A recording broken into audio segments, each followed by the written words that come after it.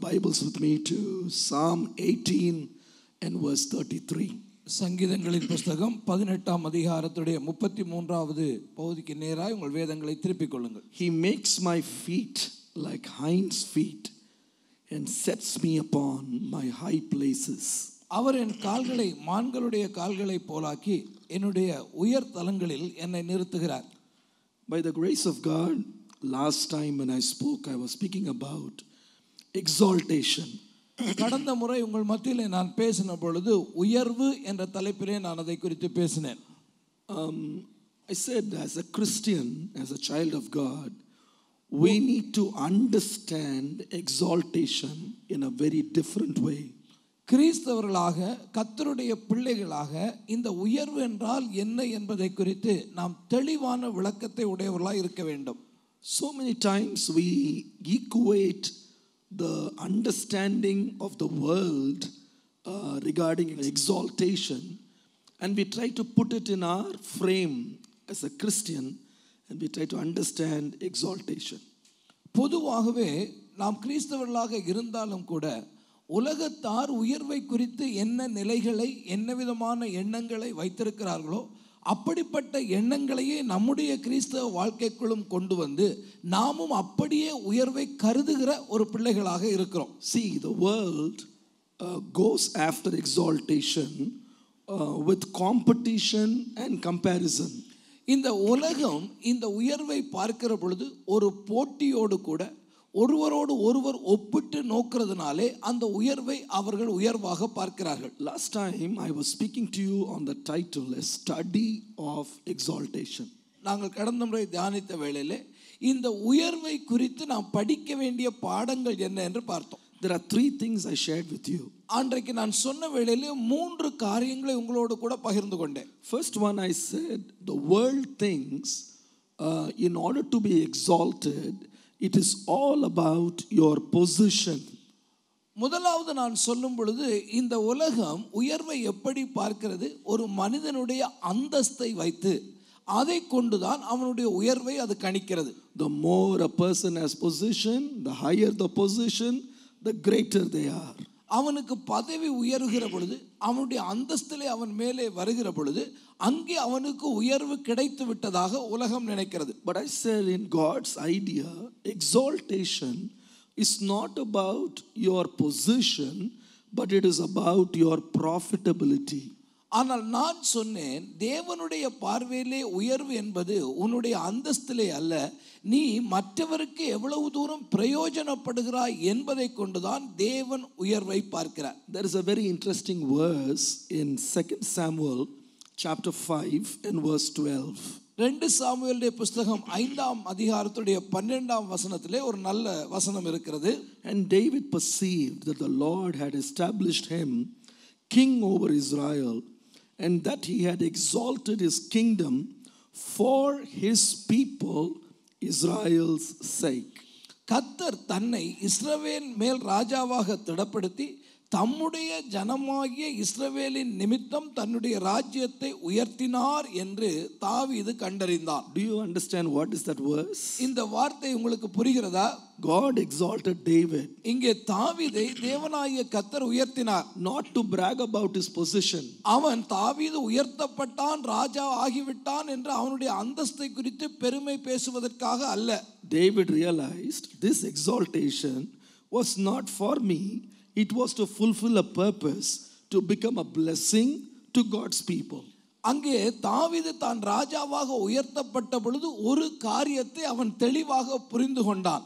தன்னுடைய நிமித்தமாக தேவன் இந்த அந்தஸ்திலே உயர்வை எனக்கு கொடுக்காதபடி தம்முடைய ஜனமாகிய இஸ்ரவேலின் நிமித்தமாகவே அவர் என்னை ராஜாவாக்கினார் என்று அவன் புரிந்து கொண்டான். So number one, God's exaltation is not by position. It is about how profitable we can be for his people.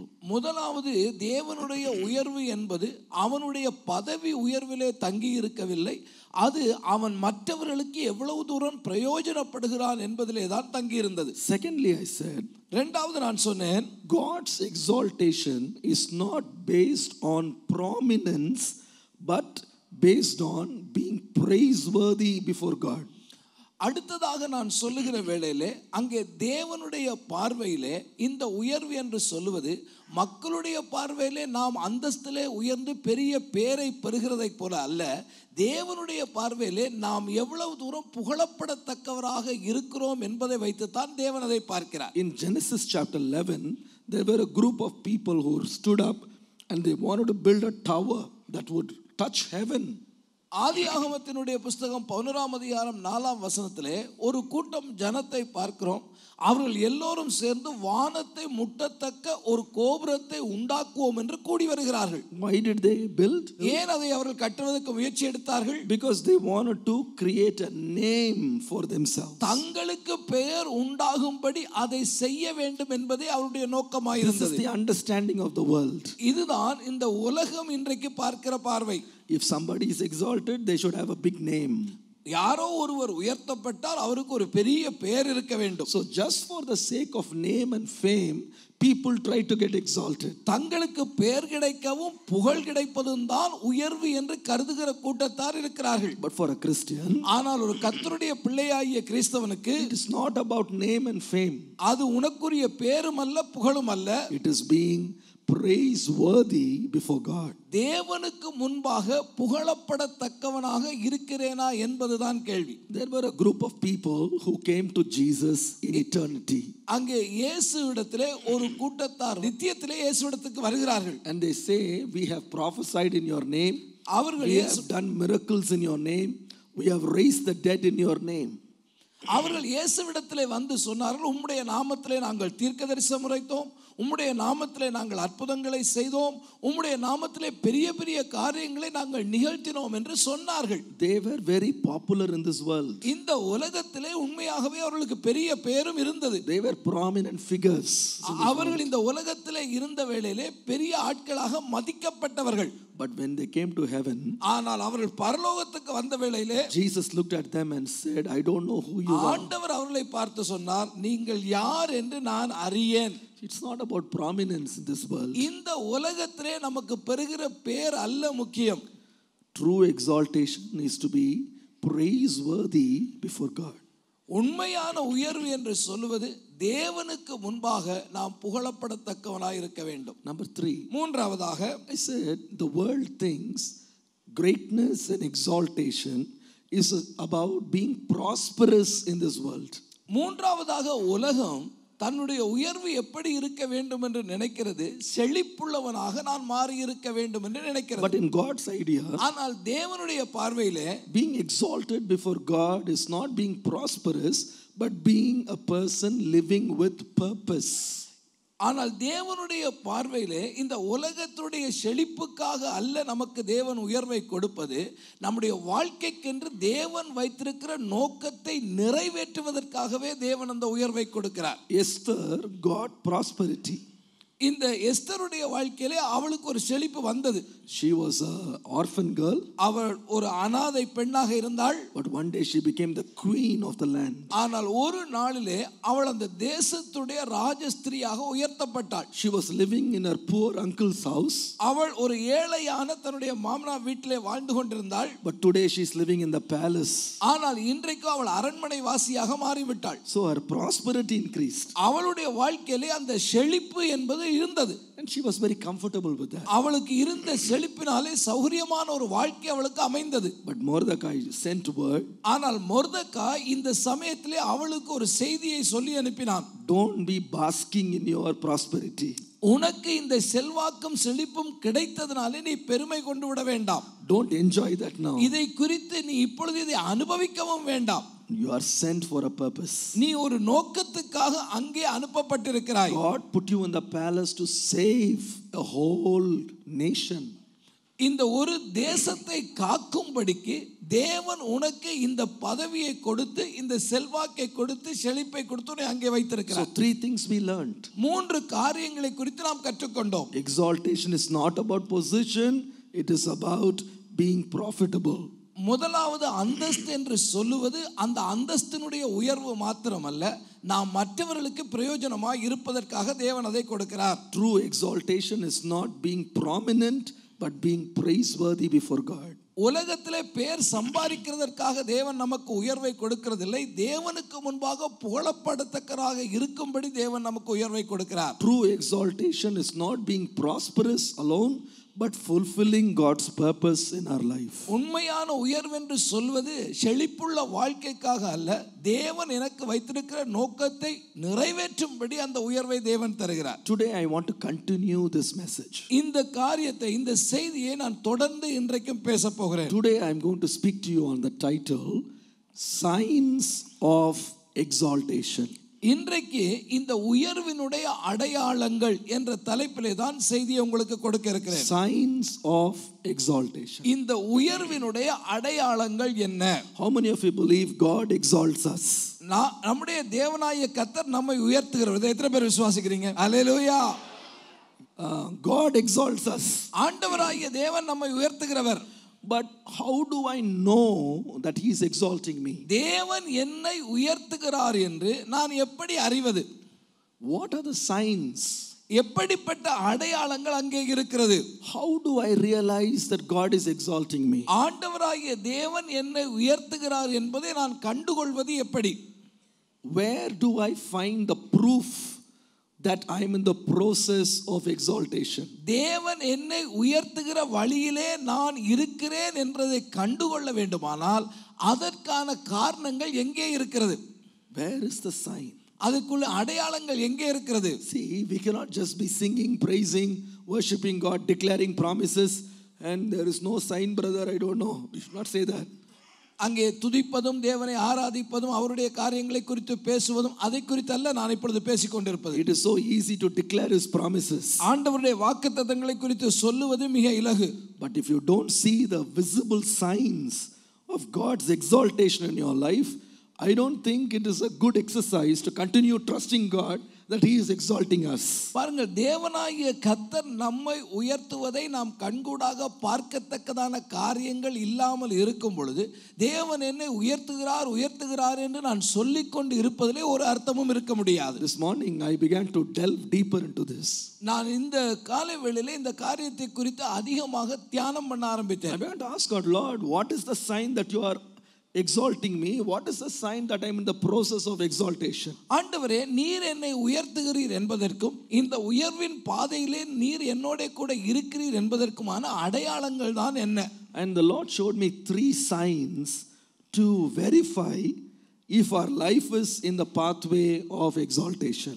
நாம் உயர்வின் பாதையிலே தான் சென்று கொண்டு இருக்கிறோம் என்பதற்கு அடையாளமாக தேவன் 3 காரியங்களை எனக்கு காண்பித்தார். Number 1. முதலாவது, if you come to Proverbs chapter 18 and verse 12, நீங்கள் நீதிமொழிகளின் புத்தகம் 18ஆம் அதிகாரத்துடைய 12ஆம் வசனத்துக்கு வருவீர்களானால், the Bible says, வேதம் சொல்கிறது, before destruction the heart of a man is haughty, but before honor is humility. அழிவு வருமுன் மனுஷனுடைய இருதயம் இருமாப்பாய் இருக்கும், மேன்மைக்கு முன்னானது தாழ்மை. So many times we think exaltation is something that is externally evident.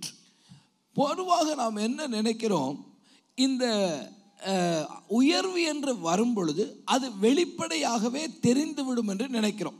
We want people to see it, we want people to hear it, we want people to notice it, understand it. ஜனங்கள் இதை பார்க்க வேண்டும், அவர்களுடைய காதுகளுக்கு இந்த செய்தி போக வேண்டும், அவர்கள் நாம் உயர்த்தப்பட்டிருக்கிறோம் என்பதை புரிந்து கொள்ள வேண்டும் என்று எதிர்பார்க்கிறோம்.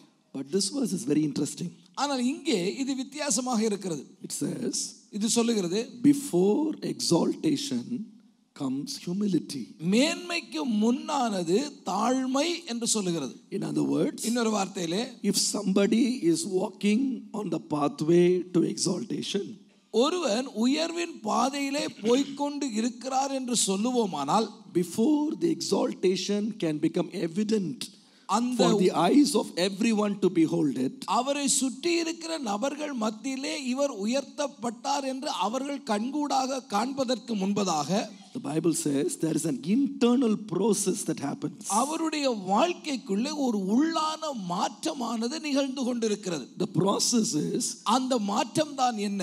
the change of character. அவருடைய சுபாவம் மாறுகிறது. They become humble. அவர் தாழ்மை உள்ள ஒரு மனிதராய் மாறுகிறார். The change of character happens where people's eyes don't see. அவருடைய உள்ளான மனிதனிலே அந்த மாற்றம் உருவாகிறதுனாலே வெளியில் உள்ள மனிதருடைய கண்களுக்கு அது தெரிவதில்லை. Thought number 1. முதலாவது காரியத்தை சொல்லுகிறேன். The first sign of exaltation, இந்த மாற்றம் அல்லது தேவனுடைய உயர்வு உண்டாகும் பொழுது உண்டாகிற முதலாவது காரியம், the first sign, முதலாவது அடையாளம், it is அது a change in your inner life. உள்ளான மனிதனில் உண்டாகிற மாற்றம் Or அல்லது a transformation in your attitude. உங்களுடைய சுபாவத்திலே ஏற்படுகிற மாற்றம். If you believe that God is exalting you, தேவனாகிய கர்த்தர் உங்களை உயர்த்துகிறார் என்று நீங்கள் நம்புவீர்களானால், don't look outside, நீங்கள் வெளியே பார்க்க வேண்டாம். don't look at your pay slip, உங்களுடைய பதவி, உங்களுக்கு சம்பளம் வருது, அந்த சம்பளத்தினுடைய அந்த ஸ்லிப்பை எடுத்து பார்க்காதீங்க. don't look at how your property has expanded, உங்களுடைய சொத்துக்களுடைய விரிவாக்கம் எவ்வளவா இருக்கிறது என்று பார்க்காதீங்க. don't look at how much you have gone up in positions, நீங்கள் பதவியிலே எவ்வளவு தூரம் உயர்ந்து விட்டீர்கள் என்று பார்க்காதீர்கள். that is not the sign of true exaltation from God. உண்மையாக தேவன் உங்களை உயர்த்துவதற்கு அவைகள் அடையாளங்களே அல்ல. The true sign is, அங்கே உண்மையான அடையாளம் என்ன? how much has my heart changed? என்னுடைய இருதயம் எவ்வளவு தூரம் மாறி இருக்கிறது? Have I become humble? நான் தாழ்மை உள்ளவனாய் மாறி இருக்கிறேனா? Has my character developed? என்னுடைய இந்த சுபாவம் மாறி இருக்கிறதா? Am I becoming more and more like Jesus? இயேசுவை போல இப்பொழுது அதிகமாக ஆகிக் கொண்டிருக்கிறேனா? How do you know that a big building will come up in a particular place? பாருங்க, ஒரு இடத்துல ஒரு பெரிய கட்டடம் எழும்புது, உங்களுக்கு அந்த இடத்துல ஒரு பெரிய கட்டடம் எழும்ப போகுதுன்னு எப்படி தெரியும்? Because you see a very deep foundation there. காரணம் என்ன? முதலாவது ஒரு பெரிய அஸ்திபாரத்தை, ஆழமான அஸ்திபாரத்தை அங்கே போடுவார்கள். Now everywhere on the roadside you see a lot of advertisements about newly built flats or villas. இப்பொழுது நம்முடைய ரோடுகள்ல போகும் பொழுது பல இடங்களிலும் பெரிய விளம்பர பதாகைகள் வைத்திருக்கிறார்கள். இந்த இடங்களிலே இவ்வளவு பெரிய கட்டிடங்கள் எழும்ப போகிறது என்று அறிவித்தல் தருகிறார்கள். Now you book a flat. நீங்கள் அந்த இடத்திலே உங்களுக்கு ஒரு ஃபிளாட்டை book பண்ணுகிறீர்கள். It is on the 100th floor. அது 100 மாடிகளை கொண்ட ஒரு கட்டிடம். So you are imagining your flat will be so high. உங்களுடைய கட்டிடம் உயர்ந்த கட்டிடம் என்று நீங்கள் மனதிலே யோசிக்கிறீர்கள். And you go to the site. நீங்கள் அந்த கட்டிடம் கட்டப்படுகிற இடத்துக்கு போகிறீர்கள். Where is the building? எங்கப்பா கட்டிடம்? Put that picture, it was very nice. Where is the building? அது வெளியில படமா போட்ட பொழுது ரொம்ப நல்லா இருந்ததே, கட்டிடம் எங்கப்பா? And you go up and see, only you see the sky. நீங்க மேல போய் பார்த்தா அங்க வானம் தான் இருக்கு, கட்டிடம் இல்ல. What have they done? அவங்க என்ன செஞ்சிட்டாங்க? There if you go, ஆனா கிட்ட போனா for a 100-story building, அந்த 100 மாடி கட்டிடத்துக்கு they have dug a 30-foot pit. அவங்க 30 அடியில ஒரு பள்ளத்தை தோண்டி வச்சிருக்காங்க. You will not go and ask. நீங்க அவங்கள போய் கேட்பீங்க, for a building that you have to build up, why are you digging? ஏப்பா நீங்க கட்டிடத்தை மேல கட்டுறேன்னு சொல்லிட்டு கீழே தோண்டிட்டு இருக்கீங்களாப்பா என்ன? அப்படி கேட்பீங்களா? அவங்க என்ன சொல்லலாம் தெரியுமா? சார் 100 மாடி உயரம் கட்டணும்னா 30 அடி கீழே தோண்டணுங்க. கீழே தோண்டாம மேலே கட்டினா மொத்தமாக கவுந்து விழுந்துரும். புரியுதா நான் சொல்றது? கர்த்தர் ஒரு மனுஷனை உயர்த்துறார் அப்படின்னு அர்த்தம் என்னன்னா, எவ்வளவு தூரம் அவன் தாழ்மையை படிச்சிருக்கிறான், அதுதான் அடையாளம். நிறையா பேருக்கு இந்த ப்ராசஸ் வேணாம். ஆண்டவரே என்னை தாழ்த்தலாம் வேணாம், நான் மணல் மேலே கூட கட்டி எழும்பிடுறேன், ஆனால் காற்றுலேயும் வெள்ளத்துலேயும் நிற்காது.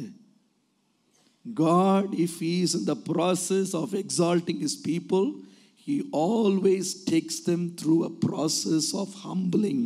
ஆண்டவராகிய தேவன் ஒரு மனுஷனை உயர்த்த போகிறார் என்றால் அவர் முதலாவது அவனை தாழ்மையின் பாதையிலே நடத்துகிறார். The higher the building, the deeper the foundation. எவ்வளவு தூரம் உயரமாய் கட்டிடம் எழும்ப வேண்டுமோ அவ்வளவு ஆழமாக அது அஸ்திபாரம் போடப்பட வேண்டும். The higher God is going to exalt us, the deeper God's work inside us. தேவனாகிய கர்த்தர் எவ்வளவு அதிகமாய் நம்மை உயர்த்த போகிறாரோ அவ்வளவு அதிகமாய் நமக்கு உள்ளே அவர் செய்ய வேண்டிய வேலையை செய்வார். The true mark of a person treading on the path to exaltation has nothing to do with appeal or appearance.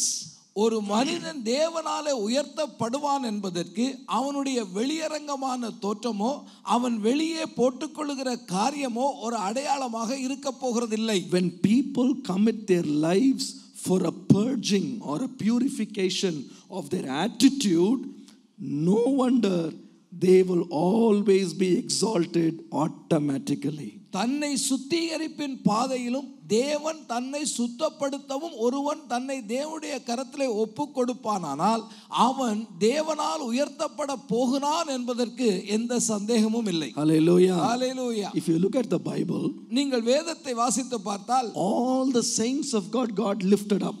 கர்த்தர் எல்லா பரிசுத்தவான்களையும் அவருடைய காலங்களிலே அவர்களை உயர்த்தி இருக்கிறார். Their background was always filled with the history of how God led them through a path of loneliness, humility, brokenness, prepared them and lifted them up. ஆனால் அவருடைய வாழ்க்கையினுடைய பின்னணியை சற்று திரும்பி பார்த்தால் அதற்குள்ளே தனிமை இருக்கும், அதற்குள்ளே உடைந்து போன இருதயம் இருக்கும், அதற்குள்ளே வேதனைகளும் பாடுகளும் கண்ணீர்களும் இருந்திருக்கும். Look at the life of Joseph. யோசேப்புடைய வாழ்க்கையை கவனித்து பாருங்கள். At the age of 30, 30 வயது ஆகும் பொழுது he was sitting next to Pharaoh. அவன் அந்த ராஜாவாகிய பார்வோனுடைய சிங்காசனத்துக்கு அடுத்த சிங்காசனத்திலே He உட்கார்ந்திருக்கிறான். got all the authority. அவனுக்கு எல்லா அதிகாரமும் அவருடைய கையில் இருந்தது. He was greatly respected and regarded in Egypt. அந்த எகிப்து தேசத்திலே அநேகராலும் மதிக்கப்பட்ட ஒருவனாய் இருந்தான். But it did not happen overnight. இது எல்லாமே ஓர் இரவிலே நடந்துவிட்ட சம்பவங்கள் அல்ல. If you come to Psalm 105 and verse 19, நீங்கள் சங்கீதங்களின் புத்தகம் 105ஆம் சங்கீதத்துடைய 19ஆம் வசனத்துக்கு வருவீர்களானால் the Bible says, வேதம் சொல்கிறது, until the time that his word came, the word of the Lord tried him. கர்த்தர் சொன்ன வார்த்தை நிறைவேறும் அளவும் அவருடைய வசனம் அவனை புடமிட்டது என்று வாசிக்கிறோம். God's word tried him. ஆண்டவருடைய வார்த்தை அவனை புடமிட்டதாக படிக்கிறோம். That is what I'm saying. அதனால தான் நான் சொல்கிறேன், Before God can exalt you, ஆண்டவராகிய தேவன் உங்களை உயர்த்துவதற்கு முன்பதாக the process starts internally, not externally, internally. இதற்கான காரியங்களை எங்கே தேவன் ஆரம்பிக்கிறார்? வெளியே அல்ல, உங்களுக்கு உள்ளே அந்த காரியங்களை தேவன் ஆரம்பிக்கிறார். If a person's heart is open for God to start the work internally, over time you can be rest assured God's exaltation is coming on the way. தேவன் தம்முடைய கிரியையை நடத்தும்படி எவன் தன்னுடைய இருதயத்தை திறந்து கொடுத்து அவருக்கு முன்பாக தாழ்மையா இருக்கிறானோ அவனுக்கு தேவன் உயர்வை நிச்சயமே வைத்திருக்கிறார். Look at the man Moses. மோசேயை கவனித்து பாருங்கள். He was highly exalted by God. அவன் தேவனாலே உயர்த்தப்பட்டவன். You know, he was leading a church of over 600 men, 600,000 men. 6 லட்சம் புருஷர்கள் மட்டுமே இருக்கக்கூடிய ஒரு சபையை நடத்தி செல்கிற ஒரு மனிதன். Mighty miracles and signs through him. அவனாலே அதிகமான அற்புதங்களும் அடையாளங்களும் அங்கே நடந்தது. You see that this man was highly exalted by God. He saw God face to face. He received his commandments and he spent his time with God. அவன் தேவனாலே உயர்த்தப்பட்ட மனிதன் மாத்திரமல்ல, தேவனை முகமுகமாய் தரிசித்தவன், தேவனுடைய பாதத்தில் இருந்தவன், தேவனோடு கூட பேசின ஒரு மனிதன். The Bible says that his face was shining when he came back from the mount of God. அவன் சீனாய் மலையிலிருந்து கீழே இறங்கி வருகிற பொழுது அவனுடைய முகம் பிரகாசமாக இருந்தது என்று வேதம் எழுதி வைத்திருக்கிறது. The Bible says when Moses died, God came down and buried him. வேதம் சொல்லுகிறது, மோசே மரித்த பொழுது தேவனாகிய கர்த்தரே அவனை அடக்கம் பண்ணினார் என்று எழுதி வைத்திருக்கிறது. In the New Testament we read when Jesus was transfigured, he was seen speaking to Moses on the mount. புதிய ஏற்பாட்டிலே நாம் படிக்கும் பொழுது மறுரூப மலையிலே இயேசுவோடு பேசிக்கொண்டிருந்த நபர்களிலே மோசேயும் ஒருவனாய் இருந்தார். He was a greatly glorified, exalted man. அவர் உண்மையாகவே உயர்த்தப்பட்ட ஒரு மனிதன். But how did this happen? அவருடைய வாழ்க்கையிலே இது எப்படி நடந்தது? If you read his story, it's very interesting. அவருடைய கதையை நீங்கள் படிப்பீர்களானால் மிக ஆச்சரியமாக இருக்கும். 40 years he lived his life. The first 40 years he lived his life being known as the son of Pharaoh's daughter. 40 ஆண்டுகள் அரண்மனையிலே வாழுகிற பொழுது பார்வோனுடைய குமாரத்தினுடைய மகன் என்ற பெயரோடு கூட வாழ்ந்தார். And the Bible says that he learned the wisdom of Egypt. எகிப்தினுடைய சகல சாஸ்திரங்களையும் அவர் கற்று தேர்ந்தார் என்று வேதம் எழுதுகிறது. He was a man of great words. அவருடைய வேலைகள், அவர் கையிட்டு செய்த வேலைகள் பெரிய பெரிய வேலைகளை செய்து முடித்தார். Man of great words. வாக்கிலே வல்லமை உள்ளவராக இருந்தார். அப்படிப்பட்ட ஒரு பெரிய மனுஷன் 40 years university educated, 40 years in the palace, 40 years as a prince. 40 ஆண்டுகளாக அரண்மனையிலே இருக்கிறார், ராஜகுமாரனாக இருக்கிறார், ஒரு பெரிய மனிதராக இருக்கிறார். Well educated. எல்லா விதத்திலும் கற்று தேர்ந்த ஒரு மனிதர். At age 40 he realizes he is not an Egyptian, he is a Hebrew boy. 40 வயது ஆகும் பொழுது நான் எகிப்தியன் அல்ல, நான் எபிரேயன் என்று அவர் கண்டுபிடிக்கிறார். And he comes out of the palace. அவர் இந்த அரண்மனை விட்டு வெளியே வருகிறார். He says, well, now I am going to save these people. இந்த ஜனத்தை நான் காப்பாற்ற போகிறேன் என்று வெளியே வருகிறார். He understands he is well qualified for the job. இந்த வேலைக்கு எனக்கு எல்லா தகுதியும் இருக்கிறது என்று அவர் தீர்மானிக்கிறார். Who can be a better judge of the Hebrews than me? இந்த எகிப்தியரை நடத்தி செல்வதற்கு தலைமை தாங்குவதற்கு என்னை விட யார் இருக்கிறார்கள் என்று அவர் நினைத்தார். When he looked outside, அவர் வெளியே பார்த்த பொழுது all the 6 lakh people, men and women and children, they were all uneducated, unprepared for a job such as this. அங்கே இருந்த அந்த 6 லட்சத்துக்கும் அதிகமான மக்களை பார்க்கும் பொழுது அவர்கள் படிப்பறிவில்லாதவர்கள், திறமையற்றவர்கள், சாதாரண ஜனங்கள். They were all making bricks, building cities. அவர்கள் செங்கற்களை கொண்டு கட்டடம் கட்டுகிற கூலி தொழிலாளிகள். They were all masons. அவர்கள் சாதாரண கொத்தனார் வேலை செய்கிறவர்கள். They don't know anything about administration, ruling a people, connecting with people, words, language, nothing these people know. அவர்களுக்கு நிர்வாகத்தை பற்றி தெரியாது, ஜனங்களை ஒருங்கிணைக்கிறதை பற்றி தெரியாது, மொழிகளை பற்றி தெரியாது, ராஜதந்திரமும் தெரியாது. But Moses fully equipped. ஆனால் இந்த மோசேயோ சகலமும் அறிந்தவனாய் இருந்தான். He thinks this is the right time to go and expose himself and try to start a career. இப்பொழுதுதான் ஜனங்களுக்கு முன்பாக போய் தான் யார் என்று காண்பித்து தன்னுடைய வாழ்க்கையிலே ஒரு உயர்வை கொண்டு வர வேண்டும் என்று அவன் நினைக்கிறார். He goes straight away there. அவர் தன்னுடைய ஜனங்களிடத்திலே போகிறார். Gets down to the business of judging his people. இந்த ஜனங்களை நியாயம் தீர்க்கிற வேலையை உடனடியாக செய்ய ஆரம்பிக்கிறார். But his very first attempt ended him up to become a murderer. ஆனால் அவன் செய்த அந்த முதலாவது முயற்சி அவனை கொலைகாரனாக மாற்றியது. Runs away. ஓடி போக வேண்டியதா போச்சு. 40 years, 40 ஆண்டுகள் royal education. 40 ஆண்டுகள் அரசாங்கத்திலே அரசர்களோடு இருந்து கற்ற கல்வி. God did not say you are well qualified for exaltation. நீ உயர்வுக்கு பாத்திரமான ஒரு நபர் என்று தேவன் சொல்லவில்லை. You got great head knowledge, you are perfect. நீதான்ப்பா சரியான ஆளு, நீதான் ஏற்றுக்கொள்ள தகுந்த நபர் என்று தேவன் சொல்லவில்லை. God did not say you are very wise, you are very skilled, talented, so you can get the job, start the ministry. நீ ஞானம் உள்ளவன், உனக்கு அறிவு இருக்கிறது, நீதான் சரியான ஆள், ஆகவே உடனடியாக ஊழியத்தை தொடங்கி விடு என்று தேவன் சொல்லவில்லை. What did God say? ஆண்டவர் என்ன சொன்னார்? அம்ச்சு விட்டார். 40 வருஷம் எங்க வனாந்திரத்தில் என்ன வேலை? மாமனாருடைய ஆடு மேய்க்கிற வேலை. நம்ம ஊர்லாம் கதை கேட்டிருக்கோம். ஆடு மேய்ச்ச பையன் காலேஜில் படிக்கிறான். இப்போ இவர் காலேஜில் படித்தவர் எங்கே வேலை செய்கிறார்? இப்போ இந்த மாதிரி கதை கேட்டிருக்கீங்களா எங்கேயாவது? ஐயா டீ ஆத்துனாரு, இப்போ பிரதம மந்திரி ஆகிட்டார். இதை கேட்டிருக்கோம். பிரதம மந்திரியாக இருந்தார், இப்போ டீ ஆற்றிட்டு இருக்கான்னு சொல்லுவானா? சொல்ல மாட்டான். அப்படி கதை எழுத மாட்டாங்க. இவர் ஒரு காலம் வாக்கிலே வல்லவர், பார்வோனின் குமாரத்தின் மகன். என்ன பட்டம்லாம் வச்சுட்டு உங்க என்னங்க வேலை, என்ன கெரியர்? 40 வருஷம் படிச்சிங்க, என்ன பட்டம் படிச்சு என்ன பண்ணிருக்கீங்க? ஆடு மேய்ச்சிக்கிட்டு இருக்காங்க. 40 years, 40 ஆண்டுகள். God took him from the palace to the desert. ஆண்டவராகிய தேவன் அரண்மனையிலே இருந்து வனாந்தரத்துக்கு கொண்டு போனார். Why? ஏன்? He started the process internally. ஆண்டவராகிய தேவன் அவனுடைய உள்ளத்திலே மாற்றம் உண்டாகும்படியான காரியத்தை செய்ய ஆரம்பித்தார். What is the result? அதனுடைய முடிவு என்ன? Numbers 12:3. நீங்கள் எண்ணாகமத்தின் புத்தகம் 12ஆம் அதிகாரத்துடைய 3ஆம் வசனத்துக்கு வருவீர்களானால், the Bible says the man Moses was very meek above all the people which were on the face of the earth. மோசேயானவன் பூமியில் உள்ள சகல மனிதரிலும் மிகுந்த சாந்த குணம் உள்ளவனாய் இருந்தான். இந்த ஆடுங்களோட பேசி பேசி பேசி பேசி எப்படி ஆயிட்டாரு இப்போ ரொம்ப.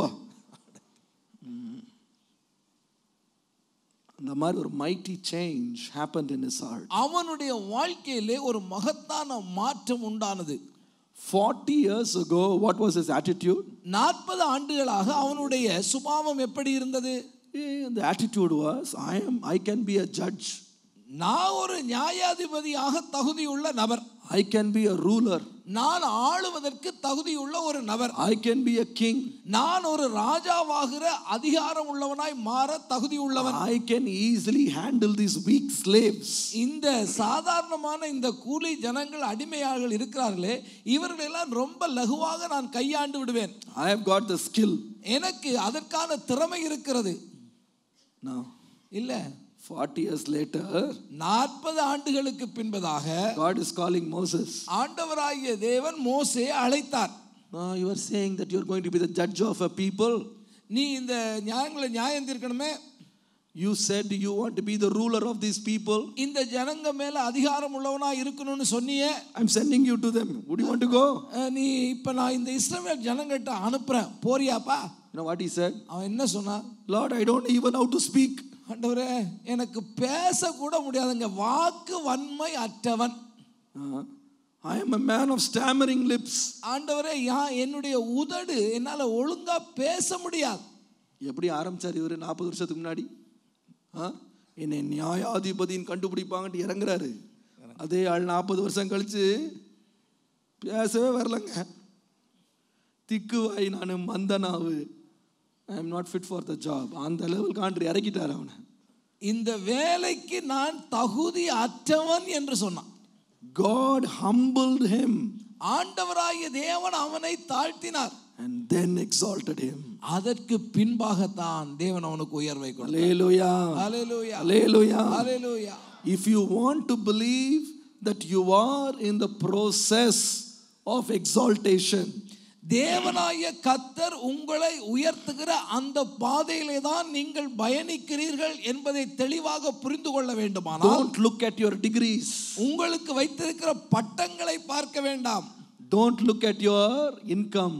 உங்களுடைய வருமானத்தை நீங்கள் பார்க்க வேண்டாம். Don't look at your career. உங்களுடைய அந்த தொழில் இருக்கே, நீங்கள் கை செய்கிற வேலையை பார்க்க வேண்டாம். Don't look at your position and promotion. உங்களுடைய பதவியையும் பதவி உயர்வையும் நீங்கள் பார்க்க வேண்டாம். They are not the signs of your exaltation. உங்களுடைய உயர்வுக்கான அடையாளங்கள் அவை அல்ல. Before honor comes humility. மேன்மைக்கு முன்பாக வர வேண்டியது தாழ்மை. Hallelujah. Hallelujah.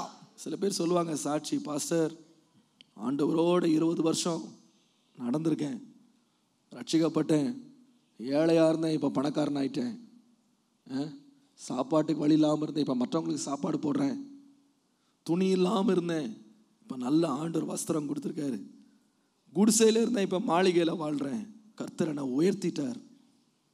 அந்த அளவுக்கு நம்மளால சாட்சி சொல்ல முடியுமா? நான் 20 வருஷத்துக்கு முன்னால் பயங்கர கோபக்காரன், இப்போ கர்த்தர் என்ன ரொம்ப சாந்த குணமாக மாற்றி இருக்கிறார். நான் ரொம்ப பெருமை பிடிச்சவன், அகந்த பிடிச்சவன், கர்த்தர் என்னை இப்போ தாழ்மையாக மாற்றிட்டாரு. நான் 20 வருஷத்துக்கு முன்னால் பொல்லாதவனாக இருந்தேன், இப்போ கர்த்தர் என்னை அன்புள்ளவனாக மாற்றி இருக்கிறாரு. அந்த சாட்சி சொல்ல முடியுமா? நிறைய பேர் கார் வாங்கினேன், பங்களா வாங்கினேன், வீடு வாங்கினேன், ஆஸ்தி வாங்கினேன்னு சாட்சி சொல்கிறேன். நிறைய பேர் புத்தி இன்னும் மாறல. உங்களை ஏமாத்திக்கிடாதீங்க, நீங்கள் உயர்றீங்கன்னு. இது ஒரு மாய்மாலம். Your prosperity is not the sign of your exaltation. உங்களுக்கு உண்டாகிற செழிப்பு உங்களுடைய உயர்வின் அடையாளமே அல்ல. Because you are rich doesn't make you more spiritual.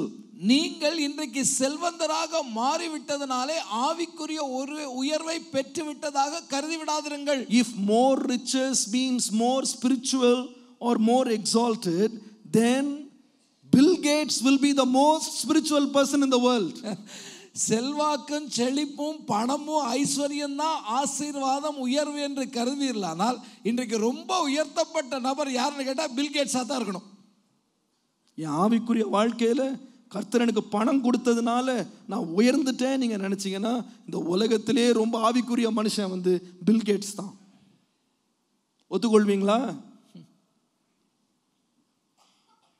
பணமும் அழிந்து போகும், ஆஸ்தி அழிந்து போகும், சௌந்தரியம் வஞ்சனை உள்ளது, அழகும் வீண், கர்த்தருக்கு பயப்படுகிறவனே புகழப்படுவான்.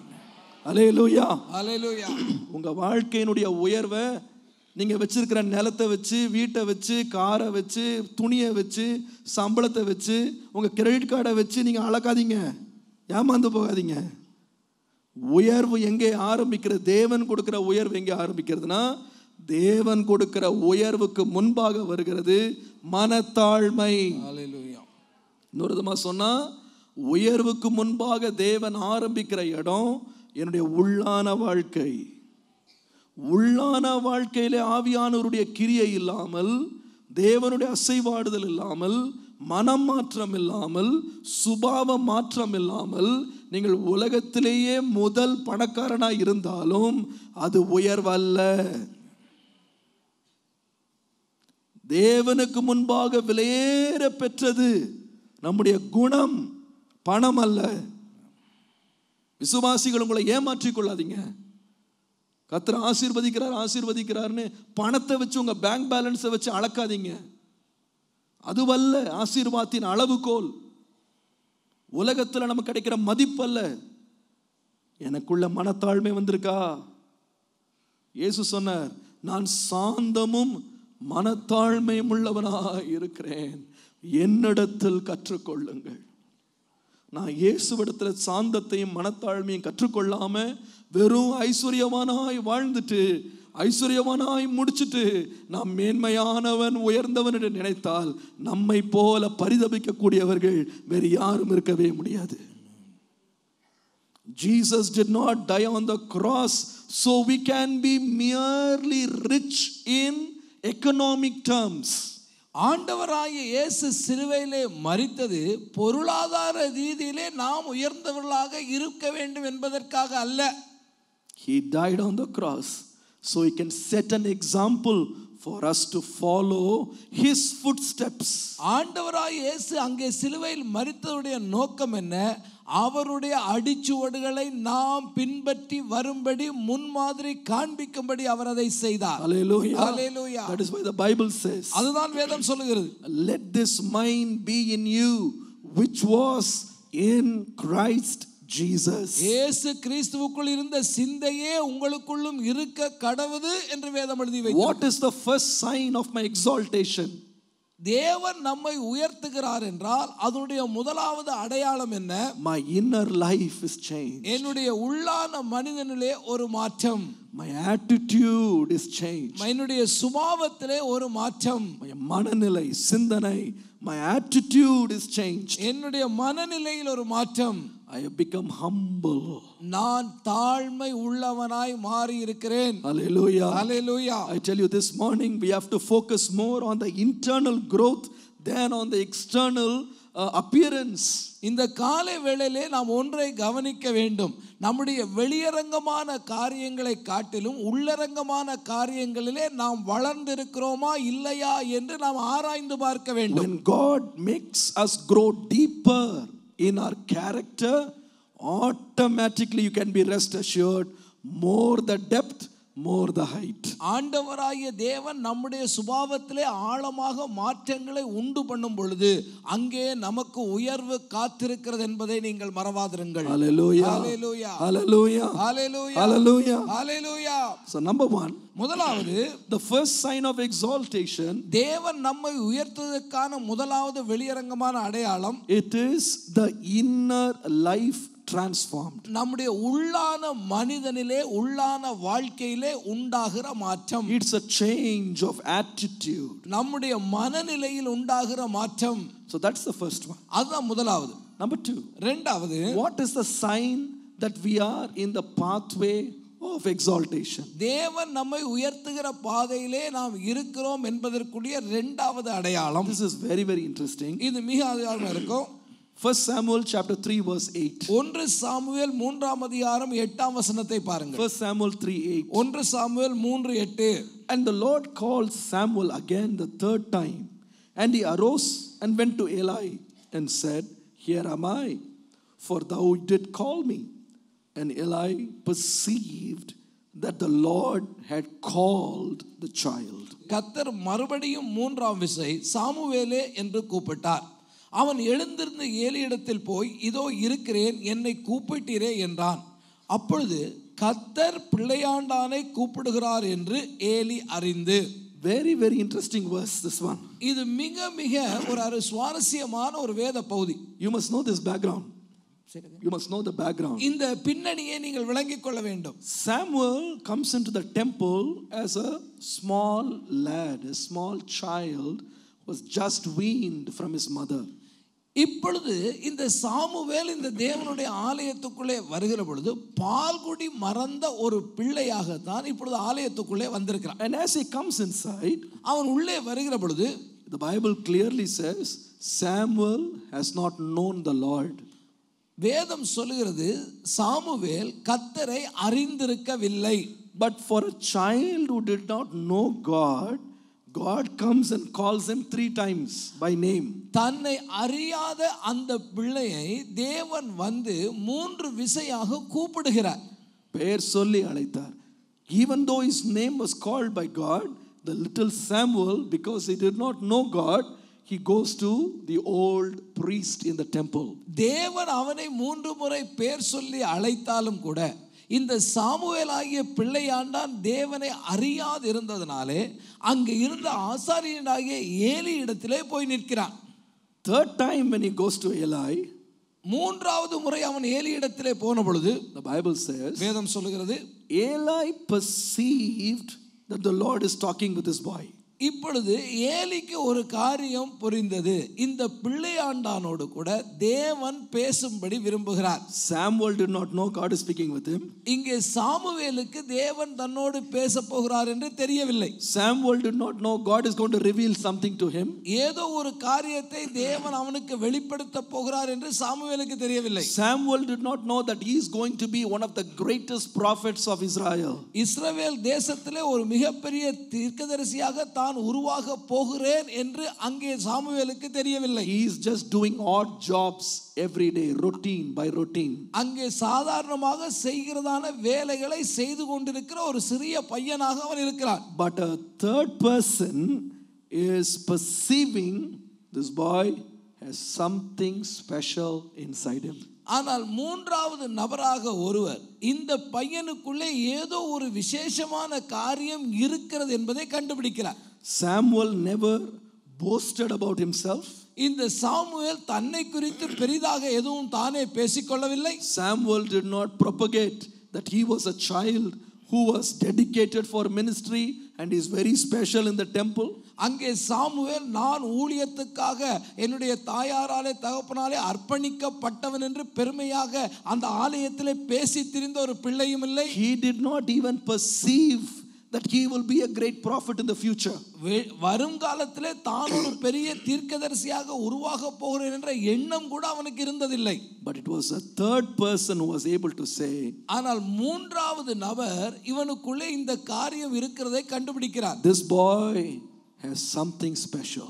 இந்த பிள்ளையிடத்தில் ஏதோ ஒரு திறமை இருக்கிறது, ஒரு விசேஷமான குழந்தையா இது இருக்கிறது. Thought number 2. 2வது காரியத்தை சொல்கிறேன். The sign that God is taking you in a path of exaltation is people begin to identify the gift inside you. தேவனாகிய கர்த்தர் உங்களை உயர்வின் பாதையிலே கொண்டு போகிறார் என்று சொல்லுகிற பொழுது உங்களுக்குள்ள உள்ள திறமைகளை இன்னொருவர் கவனமாய் பார்ப்பார்கள். People will acknowledge the special gifting inside you. உங்களுக்குள்ளே இருக்கிற அந்த விசேஷமான திறமைகளை மற்றவர்கள் அங்கீகரிப்பார்கள். People will pay special uncommon attention towards you even without you inviting it in the first place. நீங்கள் அந்த இடத்திலே அழைக்கப்படாவிட்டாலும் அங்கே மற்றவர்கள் உங்களுடைய திறமைகளாலே கவரப்பட்டு அவர்கள் உங்கள் அண்டையிலே வருவார்கள். Without self-exposing or self-exhibiting yourself, people are able to single you out in a crowd and say you are special. நீங்கள் உங்களை சுய விளம்பரம் செய்து கொள்ளாமல், சுய தம்பட்டம் அடித்துக் கொள்ளாமல், மற்றவர்களே உங்களை கவனமாய் பார்க்கும்படிக்கு தேவன் ஒரு கிரியை நடப்பிப்பார். You get an uncommon, uninvited attention.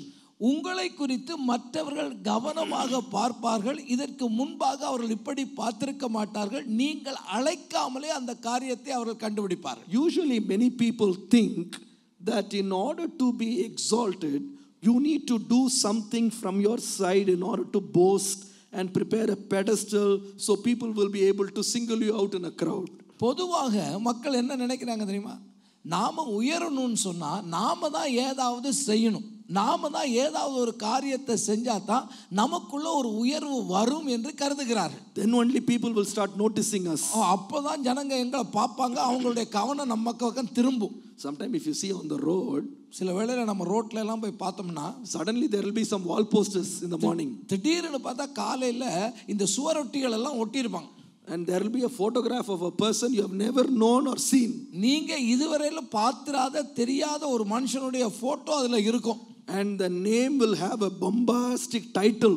அவருடைய அந்த பேர் ஒரு பெரிய பட்டப்பேரோட கூட சேர்ந்து இருக்கும். And they will say, we wish you all greatness on your 43rd birthday. உங்களுடைய 43வது வயதிலே சகல நன்மையும் பெற்று வாழ வாழ்த்துகிறோம். அவே பிறந்த நாள் வாழ்த்துக்கள் சொல்லி பயங்கரமா வாழ்ப்பு. யார் இந்த ஆளு பேப்பர்லயும் வந்ததில்லை, நேர்லையும் பார்த்ததில்லை, இந்த அளவு வால்போஸ்ட் அடிக்கிறாங்களே யாருன்னு தேடுவீங்க. எதுக்கு இந்த வால்போஸ்ட்? நான் வாழ்த்துக்கு இல்லை, இவங்க வாழ்றதுக்கு. சொல்றது புரியுதா உங்களுக்கு? இவங்க வருங்காலத்தை கட்டுறதுக்கு இவனுங்களே வால்போஸ்ட் அடிச்சு ஓட்டுவானுங்க எல்லா இடம். வாழ்த்துகிறோம் வாழ்த்துகிறோம் வாழ்த்துகிறோம் வாழ்த்துகிறோம். ஏன்? இவருக்கு ஒரு திட்டம் இருக்கு. எப்படியாவது வீட்டுக்கு போயிடுவா, போய் ஓட்டு கேட்கும் போது நம்மளை எல்லாரும் தெரிஞ்சுக்கிடுவாங்க. ஸோ அதுக்காக சுய பிரபலத்துக்காக இவனே செலவழிக்கிறான். He spends in order to be known and seen and heard and be popular. தங்களை உயர்த்தி கொள்வதற்காக, தங்களை விளம்பரப்படுத்திக் கொள்வதற்காக பணத்தை செலவு பண்ணி கூட இந்த காரியங்களை செய்கிறார்கள். Do you know how God exalts?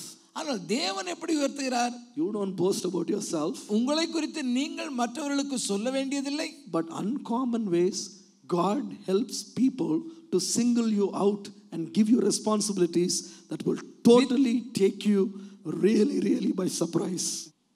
தேவன் உங்களை மேல் வைத்த கவனத்தினால் உங்களுக்கு கனத்தை கொடுக்கும்படி நினையாத மக்கள் திடீரென்று உங்களை பார்த்து உங்களுக்குள்ளே இருக்கிற விசேஷ திறமைகளை, தாளந்துகளை அங்கீகரிப்பார்கள். They will recognize. மற்றவர்கள் உங்களுக்குள்ளே இருக்கிற அந்த தாளந்தையும் திறமையும் கண்டுபிடித்து அங்கீகரிப்பார்கள். There is a very interesting passage in 1 Samuel 23 verse 17. 1 Samuel 23:17 பார்ப்பீர்களானால், Jonathan looked at David and said, இந்த யோனத்தான் தாவீதை பார்த்து சொல்லுகிறான், you shall be king over Israel and I shall be next to you, and that also Saul my father knows it. நீர் இஸ்ரவேலின் மேல் ராஜாவாக இருப்பீர், அப்பொழுது நான் உமக்கு இரண்டாவதாக இருப்பேன், அப்படி நடக்கும் என்று என் தகப்பனாகிய சவுலும் அறிந்திருக்கிறார். Okay, now come to 1 Samuel 24:20. இப்போ 1 சாமுவேல் 24:20 பாருங்க. Behold, I know well, Saul is saying, behold, I know well that you will surely be king, and that the kingdom of Israel will be established in your hand. நீ நிச்சயமாக ராஜாவாய் இருப்பாய் என்றும் இஸ்ரவேலின் ராஜ்யபாரம் உன் கையில் நிலைவரப்படும் என்றும் நான் அறிவேன். Did David in any place did he say, I am really looking forward to be the king of Israel? இங்க தாவீது எங்கேயாவது நான் தான் இஸ்ரவேலின் மேல ராஜாவா இருப்பேன் என்று சொல்லி இருக்கிறானா? I will be the next king. நான் தாங்க அடுத்த ராஜா எங்கேயா சொல்லியிருக்காரா? He did not. அவன் சொல்லல. even after slaying Goliath, இந்த கோலியாத்தை கொலை செய்த பின்னும் கூட he never thought of himself to be a candidate for the next king. அடுத்த ராஜா இல்லாம போனா அடுத்த ஆளு நான் தான்ங்கிற எண்ணம் அவனுக்கு என்னைக்குமே வந்ததில்லை. Very interesting about his life. அவனுடைய வாழ்க்கையை பார்க்கும்போது மிக அருமையான ஒரு வாழ்க்கை. After his success with the war on Goliath, இந்த கோலியாத்தோடு அந்த யுத்தம் வந்து அவன் ஜெயித்ததற்கு பின்பதாக the king's daughter fell in love with David. ராஜாவுடைய குமாரத்தி அவன் மேலே அன்பு வைத்து அவளை விரும்புகிறான். And then Saul the king sends word to David. இந்த ராஜாவாகிய சவுல் தாவீதிடத்திலே ஒரு காரியத்தை சொல்லி அனுப்புகிறான். He says the king wants to give his daughter to you because the daughter likes you very much. என்னுடைய மகள் உன்னை விரும்புகிறதுனாலே உன்னை மருமகன் ஆக்கிக்கொள்ள நான் விரும்புகிறேன். What did David say? இதுக்கு தாவீது என்ன சொன்னான்? He said, அவன் சொல்லுகிறான், I and my family are the least in the kingdom.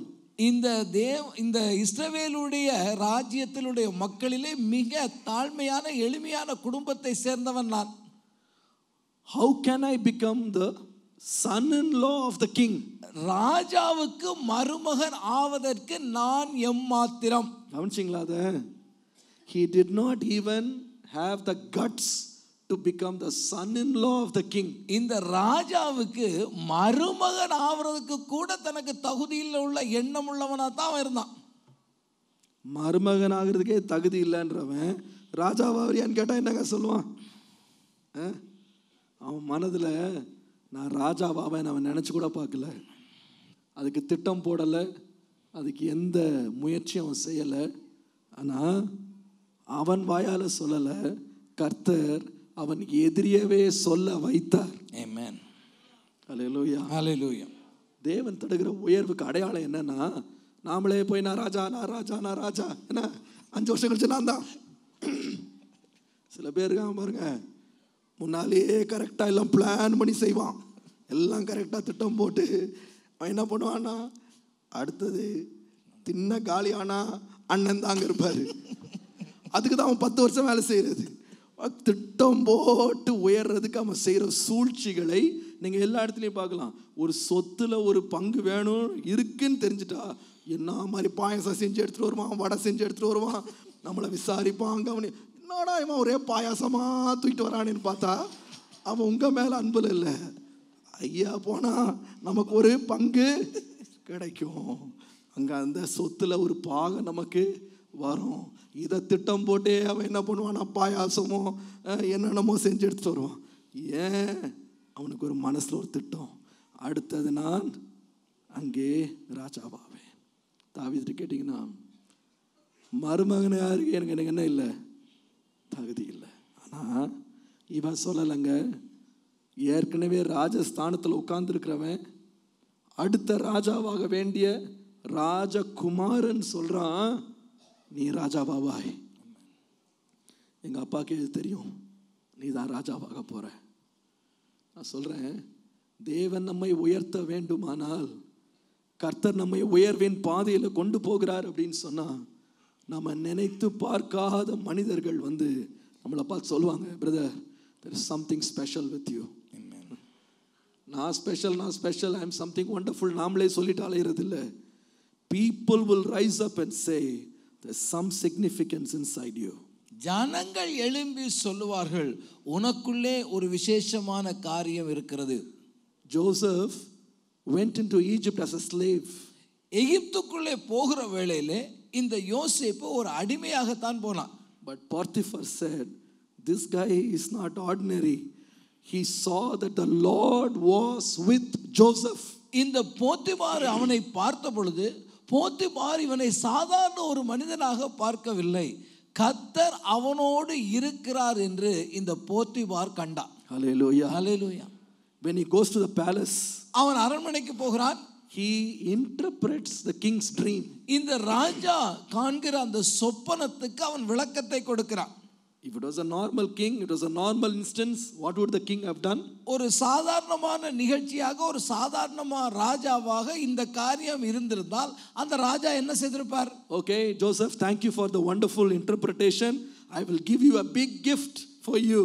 அருமையான யோசேப்பே, நீ செய்த இந்த நல்ல காரியத்துக்காக ரொம்ப நல்ல, இதற்காக நான் ஒரு பெரிய பரிசு உனக்கு தரப்பா. I will release you from jail forever. இனிமேல் நீ சிறையில் இருக்க வேண்டியதில்லை, இன்றே உனக்கு விடுதலை. I will cancel all the cases against you. உனக்கு எதிராக என்னென்ன குற்றச்சாட்டு இருக்குதோ அது அந்த வழக்கெல்லாம் நான் தள்ளுபடி பண்ணிடுறேன். I will also give you a government job. ஒரு அரசாங்கத்தில் உனக்கு ஒரு வேலை போட்டு நான் தர்றேன். இப்படிதான் ஒரு ஆள் சொல்லியிருக்கணும். That's how a person would have said. அல்லது இவன் சொல்லியிருப்பா. That's how normally a person would have said. ஒரு சாதாரணமாக இப்படி நடந்தா ஜனங்க இப்படி தான் செய்வாங்க. But look at this. இதான் First time he sees Joseph. முதல் முறையாக யோசேப்பை இந்த பார்வோன் பார்க்கிற பொழுது, first time he saw him, இப்பதான் முதல் முறையா அந்த பார்வோனுடைய கண்ணுக்கு முன்னாடி யோசேப்பு நிற்கிறான். he only saw one interpretation of a dream. ஒரு சொப்பனத்திற்கு ஒரு விளக்கத்தை அவன் கொடுக்கிறான். No entrance exam, no background check, nothing. இங்க முன்ன ஒரு பரீட்சை வைக்கல, அவனுடைய பின்னணி என்னன்னு இவன் சோதிச்சும் பார்க்கல. Just by looking at him, he says, இது அவனுடைய முகத்தை பார்த்தோன்னு இவன் சொல்றான், is there anybody here in whom the Spirit of God is like this boy? தேவனுடைய ஆவியை பெற்ற இவனை போல ஒரு மனுஷன் உண்டா? He is full of knowledge. இவனுக்குள்ளே அறிவு நிரம்பி இருக்கிறது. He says, bring a chair. ஒரு சிங்காசனத்தை எடுத்துட்டு வா. And put the throne next to me. இந்த அரண்மனையில என்னுடைய சிங்காசனத்துக்கு பக்கத்துல அந்த சிங்காசனத்தை வை. And let him sit there. இவன் அங்கே உட்கார வைக்கிறான். Joseph did not have to say, King, see, I have saved your country for 14 years for trouble. I have saved it. நான் 14 ஆண்டுகள் உங்களுடைய தேசத்தை கஷ்டமில்லாம காப்பாத்திட்டேன். ஏதா பார்த்து செய்யுங்க ஐயா, ஏதோ வேலை போட்டு கொடுங்க அப்படியே கேட்டான். அவன் பாட்டுக்கு செய்கிறது செஞ்சான். அவனா கூப்பிட்டு 2ஆம் இடம், 2ஆம் ரதம், ஆசாரியனுடைய பொண்ணு எல்லாத்தையும் கல்யாணம் பண்ணி கொடுத்து, உத்தரவு இல்லாமல் யாரும் கையும் காலையும் செய்யக்கூடாது, உட்காரு. அதிர்ந்து போனான். What is this, what is this? இப்போ நான் சொல்லுவேன், if God wants to honor you, He is taking you in a path of exaltation. He takes you to a place where your identity is found out, acknowledged, attended to without your invitation.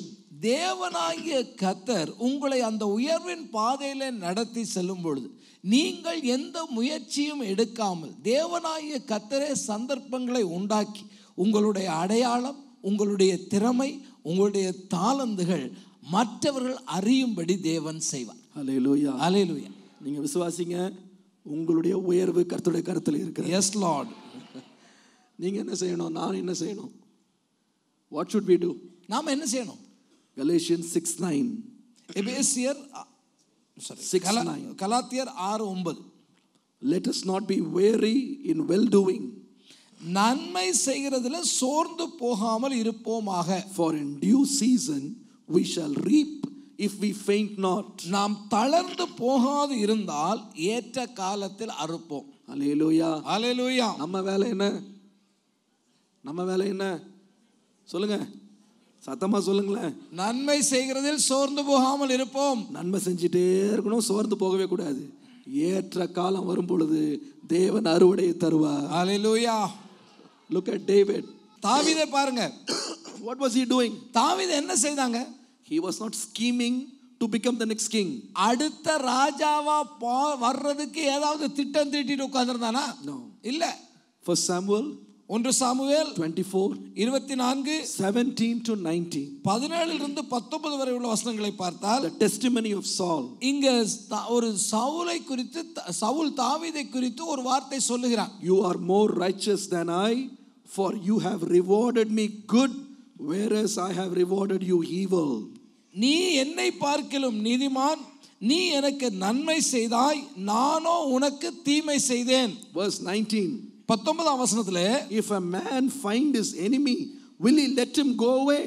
ஒருவன் தன் மாற்றானை கண்டுபிடித்தால் அவனை சுகமே போக விடுவானோ? Wherefore the Lord reward thee good, for that thou hast done unto me this day. இன்று நீ எனக்கு செய்த நன்மைக்காக கர்த்தர் உனக்கு நன்மை செய்வாராக. Hallelujah. Hallelujah. The very next verse he says, அடுத்த வார்த்தையில அவன் சொல்கிறான், you shall be king. நீ ராஜாவாய் இருப்பாய். எப்ப ராஜாவா இருப்பாய்? எப்படி உயர்வ? Keep on doing good without getting faint. நன்மை செய்கிறதிலே சோர்ந்து போகாமல் தொடர்ந்து நன்மையை நாம் செய்து கொண்டே இருப்போம். Hallelujah. ஹalleluya. மாயமில்லாமல் நன்மை செய்ய வேண்டும். Amen. கைமாறு கருதாமல் நன்மை செய்ய வேண்டும். அந்தரங்கத்திலே பார்க்கிற பிதா வெளியரங்கமாய் பலன் அளிப்பார். Yes Lord. Hallelujah. Hallelujah. Don't get into schemes and don't try to be smart. நீங்க திட்டம் போட்டு இப்படியெல்லாம் செய்யணும்னு ஒரு சதி திட்டம் தீட்டி எந்த வேலையும் செய்ய வேண்டாம். That will not lift you up. அது ஒருபோதும் உங்களை உயர்த்த போகிறது இல்லை. All your schemes and plans will get broken away. இந்த திட்டங்கள் எல்லாம் ஒரு நாள்ல வெளியரங்கமாக உடைந்தே போகும். Keep doing good. நன்மை செய்யுங்க. God will take care of it. கர்த்தருடைய பார்வையிலே அது வரும், அப்பொழுது அவர் உங்களை உயர்த்துவார். Hallelujah. Hallelujah. Some people behave with the attitude of put the small fish to get the big fish. சில ஆளெல்லாம் சின்ன மீனை போட்டு பெரிய மீனை பிடிக்கிற ஆளு. Don't get into that kind of work. அப்படிப்பட்ட காரியங்களை செய்ய யோசிக்காதீங்க. I used to tell a story. நான் ஒரு கதையை சொல்றது உண்டு. There was a washerman who had 3 donkeys working for him. ஒரு இந்த துணி துவைக்கிற ஒருவர் இடத்துல 3 கழுதைகள் இருந்ததாம். He kept them for work. அவன் வேலைக்காக அந்த 3 கழுதையும் வச்சிருந்தானா. But he used to torture them night and day. அந்த 3 கழுதையும் அவன் கொடுமைப்படுத்தியே வேலை வாங்கியிருக்கான். He will not give them proper food. அவனுக்கு சரியான சாப்பாடும் கழுதை கொடுக்கறது He இல்ல. will not give them proper rest. அதுக்கு பொதுவா கொடுக்கிற உடைகளும் கொடுக்கறது இல்ல. Give them overweight. நிறைய மூட்டை மேல மூட்டையை அது முதுகுல சுமத்திடுவான். Tortured them. அவங்கள கொடுமையா படுத்தினான்.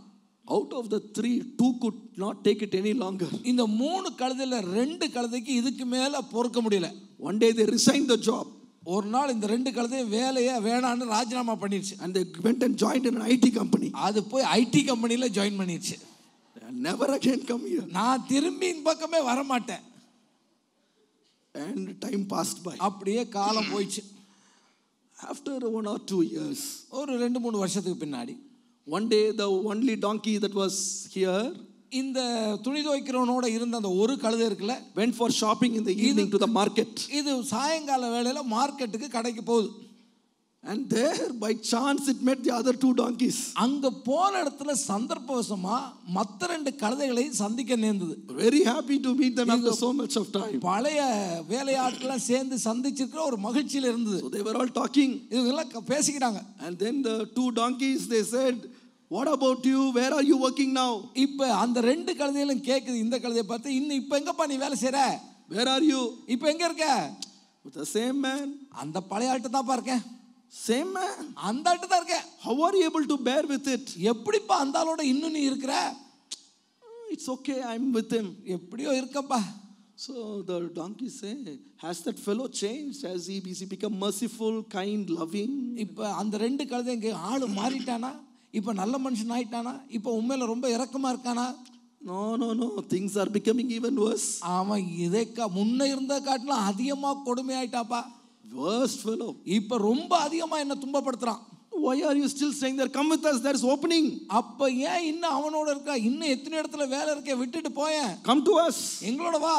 We are working in a air conditioned place. அங்க ஏர் கண்டிஷன்ல நாங்க வேலை செஞ்சுட்டு இருக்கோம். Come with us. எங்களோட வா. I said, no, I'm not going to come. இல்லப்பா நான் வர்றதா இல்ல. I said, you get very good salary. Why are you here? ஏப்பா நல்ல சம்பளம் கிடைக்குமே அங்க, இன்னும் ஏப்பா இங்க இருக்க? You can give me any salary, but I'm not coming from this place. என்னதான் சம்பளம் சொன்னாலும் நான் இந்த ஆளை விட்டு வர மாட்டேன். So they got intrigued. ஒரு மாதிரி கோவம் ஆச்சு. Intrigued, சந்தேகம். What happened? What is there for you there? என்னப்பா உனக்கு என்ன பிரச்சனை? ஏன் விட்டு வர மாட்டா? ஏன் அந்த ஆளோட அங்க இருக்கணும்னு சொல்ற? He said, there is a story. அங்க ஒரு கதை இருக்குப்பான்னு சொல்லிச்சா இந்த கழுதை. What is the story? என்னப்பா கதை? They said, our master has a beautiful daughter. உனக்கு தெரியல, அந்த எஜமானுக்கு ஒரு அழகான ஒரு பெண் இருக்கு. That she is a very disobedient girl. அந்த அம்மா ஒரு நாள் இந்த ஆளுக்கு அடங்கி நடக்கிற பெண்ணே கிடையாது. Very unruly. அந்த அம்மா ஒரு தாறுமாறா நடக்கிற ஒரு பெண்ணு. One day she did some mistake. ஒரு நாள் இந்த அம்மா ஏதோ ஒரு தப்பு பண்ணிச்சு அந்த பொண்ணு. So the master better black and blue. இந்த எஜமான் போட்டு அடின்னு சாத்திட்டார் அந்த பொண்ணை. And the girl came running out of the house. இவர் அடிச்ச அடியில அந்த பொண்ணு வீட்டை விட்டு வெளியே ஓடி வந்தா. And the master came running behind her. இவளுக்கு பின்னாடி அந்த எஜமான் ஓடி வந்தாரு. And the master was telling her, அந்த எஜமான் அந்த பெண்ணை பார்த்து சொன்னாரு, if you keep on disobeying my voice, நான் சொல்ற வார்த்தைக்கு கீழ்ப்படிஞ்சு நீ நடக்காம இனிமேல் நடந்தீனா, I will get you married to a donkey. ஒரு கழுதைக்கு தான் உன்னை கட்டி வைப்பேன்னு சொல்லிட்டார். So this donkey is praying, that donkey will be mine. நான் தான்ப்பா அந்த கழுதையா இருக்கணுன்றதுக்காக தான் இப்ப அந்த வீட்டில் இருக்கேன்.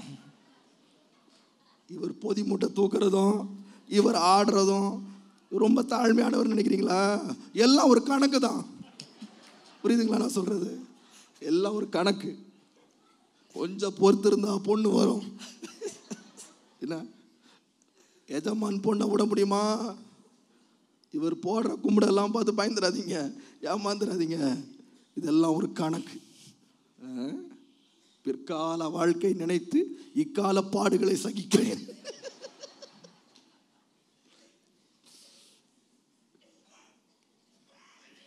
David was not like that. தாவீது இப்படிப்பட்ட எந்த ஒரு எண்ணமும் கொண்டவனா இருக்கல. He could have actually finished this man and become the king. சவுல உண்மையா கிடைச்ச சந்தர்ப்பத்துல கொலை பண்ணிட்டு இவன் ராஜாவா வந்திருக்க எத்தனையோ வாய்ப்பு இருந்தது. He said, I will do good.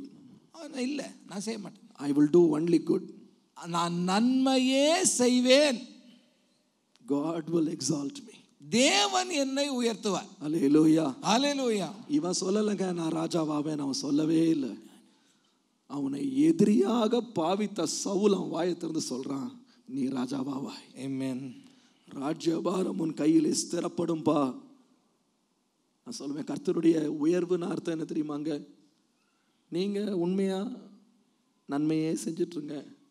திடீர்னு பாருங்க, உங்களுக்கு ஆச்சரியமா இருக்கும். திடீர்னு கூப்பிடுவாங்க, வந்து இதை செய்யுங்க, இந்த ஆர்டரை எடுத்துட்டு போங்க, இந்த வேலையை முடிச்சு கொடுங்க. நீங்கள் நினைப்பீங்க என்னை விட சீனியர்லாம் உட்காந்துருக்காங்க, என்ன கூப்பிட்றாங்க அவங்கெல்லாம், அதை பற்றி நீ கவலைப்படாத, நான் கொடுக்குறேன், நீ செய்.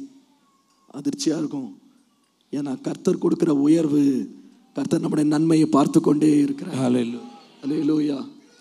சில வேளையில் கர்த்தர் உங்களை ஊழிய பாதையில் நடத்தும் போது நீங்கள் நன்மை செய்கிறவர்களாய் நீங்கள் மறைமுகமாக இருந்தால் கூட கர்த்தர் திடீர்னு நீங்கள் நினையாத வேளையில் ஒரு ஊழியனுடைய கண்கள் உங்கள் மேல் பட கர்த்தர் தயவை கொடுப்பார். திடீரென்று ஒரு தயவு உங்கள் மேல் வரும். நீங்கள் அதற்காக கேட்க வேண்டியதில்லை, நீங்கள் அதுக்காக பிரயாசப்பட வேண்டியதில்லை, நீங்கள் போய் கெஞ்ச வேண்டியதில்லை. கர்த்தருடைய தயவு உங்கள் மேலே இறங்கும், உங்கள் மேலே இறங்கும். பாருங்க, ஒரு வேலை ஸ்தலத்தில் திடீர்னு கர்த்தருடைய தயவு இறங்கும். அந்த எஜமான் ரொம்ப கொடுமையான மனுஷனாக இருப்பான், இறக்கமே செய்யாதவனாக இருப்பான். திடீர்னு வருவான், அப்பா இந்த வேலையை நீ செய்ப்பா, இந்த பொறுப்பை நீ பார்த்துக்கோ. எல்லாம் பத்தவெல்லாம் பார்த்து முறைப்பான், என்ன இது இவனுக்கு கொடுக்குறாங்க, எப்படி இவனுக்கு இந்த வேலை கிடைச்சது? நான் சொல்லுவேன், கர்த்தர் உயர்த்துகிறார். ஆமென். கர்த்தர் உயர்த்துகிறார். ஹல்லேலூயா. எளியவனையும் தேவன் தூக்க உண்மை உள்ளவர், சிறியவனை உயர்த்த உண்மை உள்ளவர். நாம செய்ய வேண்டியது நன்மை செய்கிறதில் சோர்ந்து போகாமல் இருக்க. ஹல்லேலூயா. தேவனை உயர்த்துற உயர்வின் பாதையில நடத்துறார் அப்படின்றதுக்கு அடையாளத்துல ரெண்டாவது அடையாளம் என்னன்னா, திடீரென்று ஜனங்களுடைய அட்டென்ஷன் நம்ம பக்கம் திரும்பும். நான் நிறைய வேளை நான் சொல்லியிருக்கேன், எங்கள் லீடர்ஸ் கூட நான் சொல்லியிருக்கேன், உங்களெல்லாம் நான் ஏன் சூஸ் பண்ணேன்னு எனக்கே தெரியலன்னு சொல்லுவேன். I don't know why I chose you as leaders. நான் சொல்லியிருக்கேன் அடிக்கடி, நான் I don't know why I chose you. சிலர்கிட்ட போய் நான் சொல்லுவேன், பிரதர் நீங்கள் இதை பாருங்கள், இந்த வேலை, பிரதர் நான் தகுதியே இல்லை பிரதர், நான் வரமாட்டேன்னுவாங்க. இல்லை நீங்கள் தான் செய்யுங்க சொல்லிட்டு போயிடுவேன். நான் பாட்டு வீட்டுக்கு போய் யோசிப்பேன், இவரை ஏன் நம்ம கூப்பிட்டோம், இந்த ஃபேமிலி எதுக்கு கூப்பிட்டோம்? எங்களுக்கே ஆச்சரியமாக இருக்கும், எதுக்கு நம்ம கூப்பிட்டோம் தெரியல. ஆனால் எனக்கு ஒன்று தெரியும், நான் அல்ல, கர்த்தரே வழி நடத்தினார். கர்த்தர் வழி நடத்தினார். அவங்களுக்கு கர்த்தர் கொடுக்க வேண்டிய உயர்வை ஏற்ற காலம் கர்த்தர் கொடுப்பார்.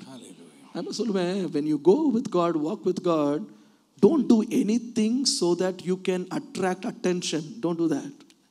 நீங்க இந்த தேவனுடைய கரத்தை பிடித்து கொண்டு போகிற பொழுது மற்றவருடைய கவனத்தை இருக்க நீங்க எந்த ஒரு முயற்சியும் எடுக்க வேண்டாம். Be real, be honest, be sincere, keep at it keep doing good, keep doing good, keep doing good. நீங்களாகவே இருங்க, நீங்க செய்யற நன்மையை தொடர்ந்து செய்யுங்க, அந்த நன்மையை தொடர்ந்து செய்து கொண்டே இருங்க. The Lord is a righteous rewarder. நம்முடைய தேவனாகிய கர்த்தர் நீதி உள்ள தேவன், ஏற்ற வேளையிலே பலனளிக்கிற தேவன். Hallelujah. Hallelujah. சில வேளையில நம்ம என்ன பண்ணுவோம்னா, உதாரணமா நான் சொல்றேன், இவர் தான் என்ன உயர்த்த போறாருன்னு அவருக்கு நான் நாடகம் போட்டுட்டு உட்கார்ந்துருப்பேன். ஆனால் கர்த்தருடைய திட்டம் வந்து அவர் மூலமா இல்லை, வேற ஒருவர் மூலமா கர்த்தர் உயர்வை தருவார். நான் என் கண்ணை இவர் மேலே திருப்பிட்டு இவரால் தான் உயர்வு, அவருக்கு ஏற்ற மாதிரி நாடகம் போட்டுட்டு இருந்தா I will miss the other side. இன்னொரு இடத்துல கர்த்தர் எனக்கு கொடுக்குற ஆயத்தத்தை நான் மிஸ் பண்ணிடுவேன். எந்த மனுஷனுக்காக முகஸ்துதி செய்து மேலே வந்துடலான்னு மட்டும் நினைக்காதீங்க, அது நடக்காது. அந்த உயர்வு நீடித்து நிற்காது. எப்படி வஞ்சகத்திலே வந்ததோ அவ்வளோ வேகமாக கடந்து போயிடும். உண்மை உள்ள மனுஷன் பரிபூர்ண ஆசீர்வாதங்களை பெறுவார். ஹல்லேலூயா. கர்த்தர் நல்லவர். So first one I said, நான் முதலாவது சொன்னேன், the sign of true exaltation is the change in your inner life. உண்மையான உயர்வுக்கான அடையாளம் உங்களுடைய உள்ளான மனிதனில் ஏற்படுகிற மாற்றம். Number 2, இரண்டாவதாக, it is being identified by people without any self effort. நீங்கள் எந்த முயற்சியும் எடுக்காதபடி மற்றவர்கள் உங்கள் மேல் கவனம் வைப்பார்கள். It is finding or gaining acknowledgement and attention from people just by being sincere. நீங்கள் உண்மையும் உத்தமமாக இருந்து தொடர்ந்து நன்மை செய்கிறதுனாலே மக்கள் அவருடைய கவனத்தை உங்கள் மேல் வைத்து உங்களுடைய அடையாளம் இன்னதென்று கண்டுகொள்வார்கள். The last one. கடைசியாக, what is the sign of God's exaltation? ஆண்டவராகிய தேவனுடைய உயர்வினுடைய மூன்றாவது அடையாளம் என்ன? Daniel chapter 12 and verse 3. தானியேல் 12ஆம் அதிகாரத்துடைய 3வது வசனம். And they that shall be wise shall shine as the brightness of the firmament, and they that turn many to righteousness as the stars forever and ever. ஞானவான்கள் ஆகாய மண்டலத்தின் ஒளியைப் போலவும் அநேகரை நீதிக்குட்படுத்துகிறவர்கள் நட்சத்திரங்களைப் போலவும் என்றென்றைக்கும் உள்ள சதா காலங்களிலும் பிரகாசிப்பார்கள். How do you get a sign that you are getting exalted? அங்கே நீங்கள் உயர்த்தப்படுகிறீர்கள் என்பதற்கான அடுத்த அடையாளம் என்ன? There is a picture of exaltation in this verse. இந்த வார்த்தையை நீங்கள் கவனிப்பீர்களானால் அதிலே உயர்வை குறித்த ஒரு காரியம் சொல்லப்படுகிறது. It says that people will be shining like stars. அவர்கள் நட்சத்திரங்களைப் போல பிரகாசிப்பார்கள் என்று சொல்லப்படுகிறது. Stars are high and bright. இப்பொழுது நட்சத்திரங்கள் உயர்வான இடத்திலே இருக்கிறது, அதே போல அவை பிரகாசமாகவும் இருக்கிறது. The Bible says that we will be like stars. நாம் அப்படி போல நட்சத்திரங்களைப் போல இருப்போம் என்று வேதம் சொல்கிறது. Who will be like stars? யார் இந்த நட்சத்திரங்களைப் போல இருப்பார்கள்? Who will be exalted like stars? யார் ஆகாய மண்டலத்திலே உயர்த்தப்பட்டு இந்த நட்சத்திரங்களைப் போல இருப்பார்கள்? The Bible says, வேதம் சொல்கிறது, the people who turn people to righteousness. அநேகரை நீதிக்கு உட்படுத்தும்படி அவர்களை திருப்புகிறவர்கள். ரொம்ப இன்ட்ரெஸ்டிங்கான வசனம். தமிழ்ல நீதிக்கு உட்படுத்துகிறவர்கள் அப்படின்னு போட்டு, நீதிக்கு சொல்லுங்க தமிழ்ல எல்லாரும், நீதிக்கு உட்படுத்துகிறவர்கள், உட்படுத்துகிறவர்கள். அப்போ these are the people who initiate that action. அநேகரை இவர்கள் நீதிக்கு ஊடாக நடத்துவதற்கு ஒரு முயற்சி எடுக்கிறார்கள். How does it happen? இது எப்படி நடக்கிறது? How can we turn people to righteousness? ஜனங்களை நீதிக்கு நேராக நீதிக்கு உட்படுத்த நாம் எப்படி அதை தொடங்குவது செய்வது? If you read the Bible, it is very beautiful. நீங்கள் வேதத்தை படிக்கிற பொழுது people turn to righteousness by the preaching of the word. தேவனுடைய வார்த்தையை பிரசங்கம் பண்ணின பொழுது அந்த பிரசங்கத்தை கேட்டவர்கள் தான் நீதிக்குட்பட்டார்கள். So in other words, இன்னொரு வார்த்தையிலே, your words must be very very powerful.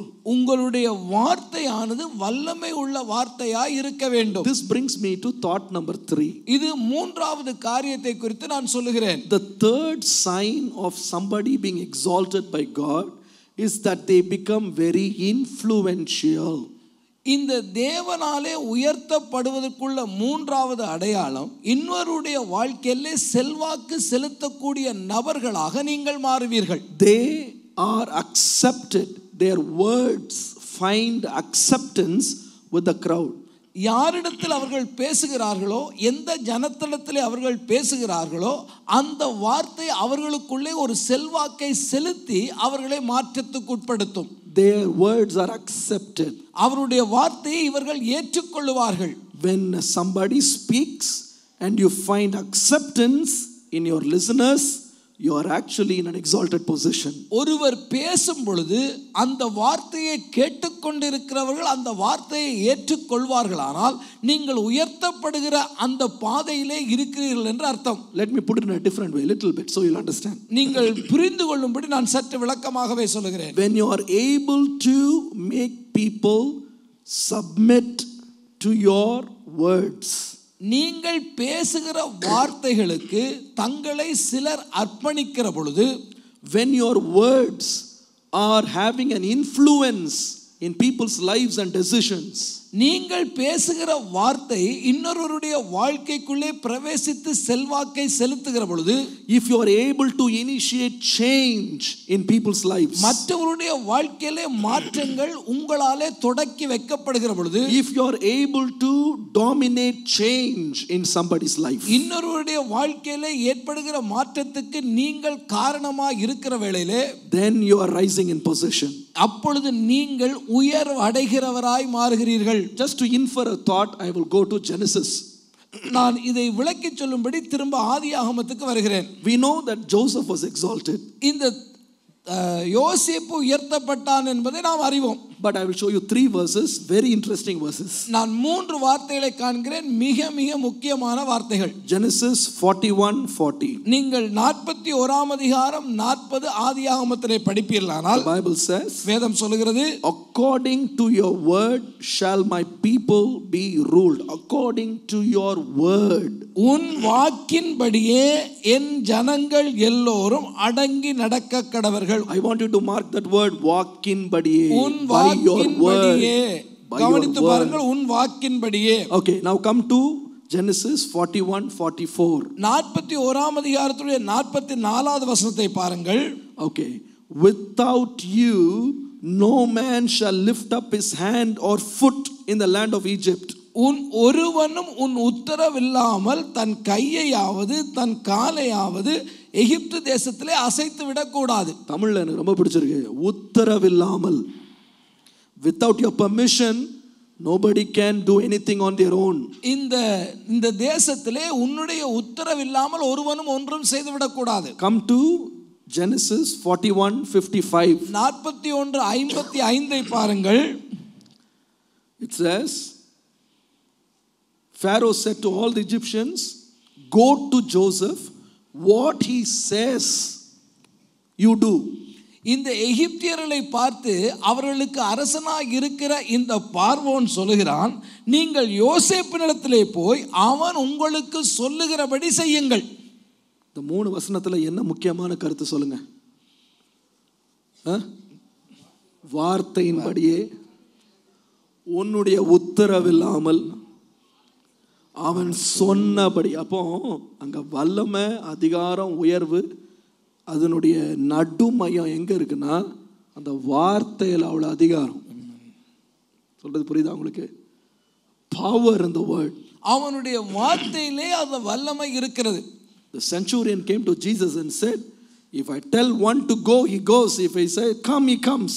அந்த நூற்றுக்கு அதிபதி இயேசுவிடத்திலே வந்து சொல்லுகிறார், ஒருவனை பார்த்து போ என்றால் போகிறான், வா என்றால் அவன் வருகிறான். Means such an influence. அவனுக்கு அவனுடைய வார்த்தையிலே ஒரு செல்வாக்கு இருந்தது. You go to a school, you are working. ஒரு பள்ளி எடுத்து போறீங்க, you are working there. அங்கே வேலை செய்றீங்க. The top management, அங்கே இருக்கிற அந்த மேனேஜ்மென்ட்ல இருக்கிறவர் calls you, உங்களை கூப்பிடுகிறார் and says go there.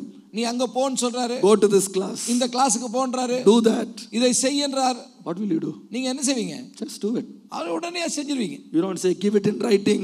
அதை நீங்க எழுத்துல கொடுங்கய்யா அப்படியே கேட்பீங்க? இல்ல கேட்க மாட்டீங்க. அவர் வார்த்தையில் என்ன இருக்கு? அதிகாரம், power. They say that it happens. அவருடைய வார்த்தையிலே அந்த அதிகாரம் இருக்கிறதுனாலே அவர் சொன்னதை நீங்கள் செய்கிறீர்கள். How do people turn to righteousness? நீதிக்கு ஜனங்கள் எப்படி உட்படுத்தப்படுவார்கள்? By the word that is preached. பிரசங்கிக்கப்படுகிற வார்த்தையினாலே அவர்கள் நீதிமானாய் மாறுவார்கள். Hallelujah. Hallelujah. Now look at this. இதை கவனியுங்கள். If God is exalting us, ஆண்டவராகிய தேவன் நம்மை உயர்த்துகிற வேளையிலே, or if you want to see a sign that God is in the process of exalting us, தேவன் நம்மை உயர்த்துகிற பாதையிலே தான் நாம் பயணித்துக் கொண்டிருக்கிறோம் என்பதற்கான அடையாளத்தை நீங்கள் காண the வேண்டுமானால், third and the most important thing is மூன்றாவதும் மிக முக்கியமான அடையாளம், you gain acceptance. Your word gains attention. Your word has authority as it is preached and people turn to righteousness. நீங்கள் கர்த்தருடைய வார்த்தையை பிரசங்கிக்கிற பொழுது அந்த வார்த்தையிலே வல்லமை இருக்கிறது, அந்த வார்த்தைக்குள்ளே செல்வாக்கு இருக்கிறது, அந்த வார்த்தை மற்றவர்கள் கவனிக்கத்தக்க வார்த்தையாய் மாறுகிறது. Hallelujah. Hallelujah. Look at the life of Peter. பேதுருவை கவனித்து பாருங்கள். He was uneducated. அவர் படிப்பு அறிவு இல்லாதவர். He was considered stupid. அவர் முட்டாள் என்று எண்ணப்பட்டவர். But he goes and preaches his first sermon. அவர் முதலாவது பிரசங்கத்தை எழுந்து நின்று செய்கிறார். People from 120 countries are there. 120 நாடுகளை சேர்ந்தவர்கள் அன்றைக்கு கூடி இருந்ததை கேட்கிறார்கள். One message. ஒரே ஒரு செய்தி. After the message was over, அந்த செய்தியின் முடிவிலே 3,000 people obeyed the word and they were baptized. அந்த வார்த்தையை கேட்டவர்களே 3000 பேர் அந்த வார்த்தைக்கு கீழ்ப்படிந்து ஞானஸ்நானம் எடுத்தார்கள். Go and ask, who is this preacher? அவர் யார் இந்த பிரசங்கியார்? How much is he educated? அவருடைய படிப்பு என்ன? Does he speak in English? அவருக்கு ஆங்கிலம் தெரியுமா? Has he traveled to many countries? அவர் பல நாடுகளுக்கு போய் இருக்கிறாரா? Former fisherman. அவர் முன்னே மீனை பிடிக்கிறவர். One message. ஒரே ஒரு செய்தி மாத்திரமே கொடுத்தார். 3,000 people submit themselves to that man. 3000 பேர் அவருடைய வார்த்தைக்கு கீழ்ப்படிந்து தங்களை ஒப்புக் கொடுத்தார்கள். Look at Philip. பிலிப்பை கவனித்து He பாருங்கள். was waiting on tables. அவர் யார்? பந்தியை விசாரிக்கிற ஒரு சாதாரண நபர். He was part of the kitchen. அவர் அங்கே இருக்கிற சமையலறையினுடைய காரியங்களை கவனிப்பதற்காக வைக்கப்பட்டவர். One day he is running. ஒரு நாள்ல ஓடுகிறார். And he's joining himself with a chariot. அங்கே ஓடிக்கொண்டிருக்கிற ரதத்தோட சேர்ந்து கொள்ளும்படி ஓடி போகிறார். Now the person in the chariot is not a person equal in his rank. அங்கே ரதத்திலே போகிற மனிதன் இவருடைய தரத்திலே உள்ளவர் அல்ல. He is not equal in his rank. இவரோடு உள்ள இவருக்கு அவருக்கு எட்டா பொருத்தம். But you know, that man is a minister. அவர் யார்? அவர் மந்திரி. Here is a kitchen staff. இப்ப கூட ஓடுறவர் யாரு? சமையலறையில வேலை பார்க்கிறவர். He goes and gets into the chariot. இவர் போய் அந்த ரதத்தோடு சேர்ந்து கொண்டு A little message. அங்கே ஒரு சிறிய செய்தியை கொடுக்கிறார். After the preaching is over, அந்த செய்தியின் முடிவிலே the minister says, அந்த மந்திரி கேட்கிறார். Philip did not say, ஐயா தண்ணி இருக்கு வரீங்களா ஞானஸ்நானம் கொடுக்குறேன் அப்படியே கேட்டாரு. இவர் பிரசங்கம் பண்ணி முடிச்ச அந்த ஆளே சொல்றான், தண்ணி இருக்கிறது, here is water, what forbids me from taking baptism? அவர் இந்த மந்திரி பிலிப்பை பார்த்து கேட்கிறார், தண்ணி இருக்கிறது, நான் ஞானஸ்நானம் பெற தடை என்ன? Both of them get down. ரெண்டு பேருமே ரதத்தை விட்டு இறங்கினார்கள். The kitchen staff is giving baptism to a minister. இந்த மந்திரியாய் இருக்கிறவருக்கு சமையல் அறையிலே வேலை பார்க்கிற ஒருவர் ஞானஸ்நானத்தை கொடுக்கிறார். Look at Peter. பேதுருவை கவனிச்சு பாருங்க. One day he is praying in the upper room. He is praying in the upper room. அவர் ஒரு நாளிலே மேல் அறையிலே உட்கார்ந்து ஜெபிக்கிறார். Two people are coming. ரெண்டு பேர் வருகிறார்கள். The master is calling you. அவர் வந்து சொல்றார், எங்களுடைய எஜமான் உங்களை அழைக்கிறார். Who is your master? யாரப்பா உங்க எஜமான்? He is a centurion. அவர் 100க்கு அதிபதி.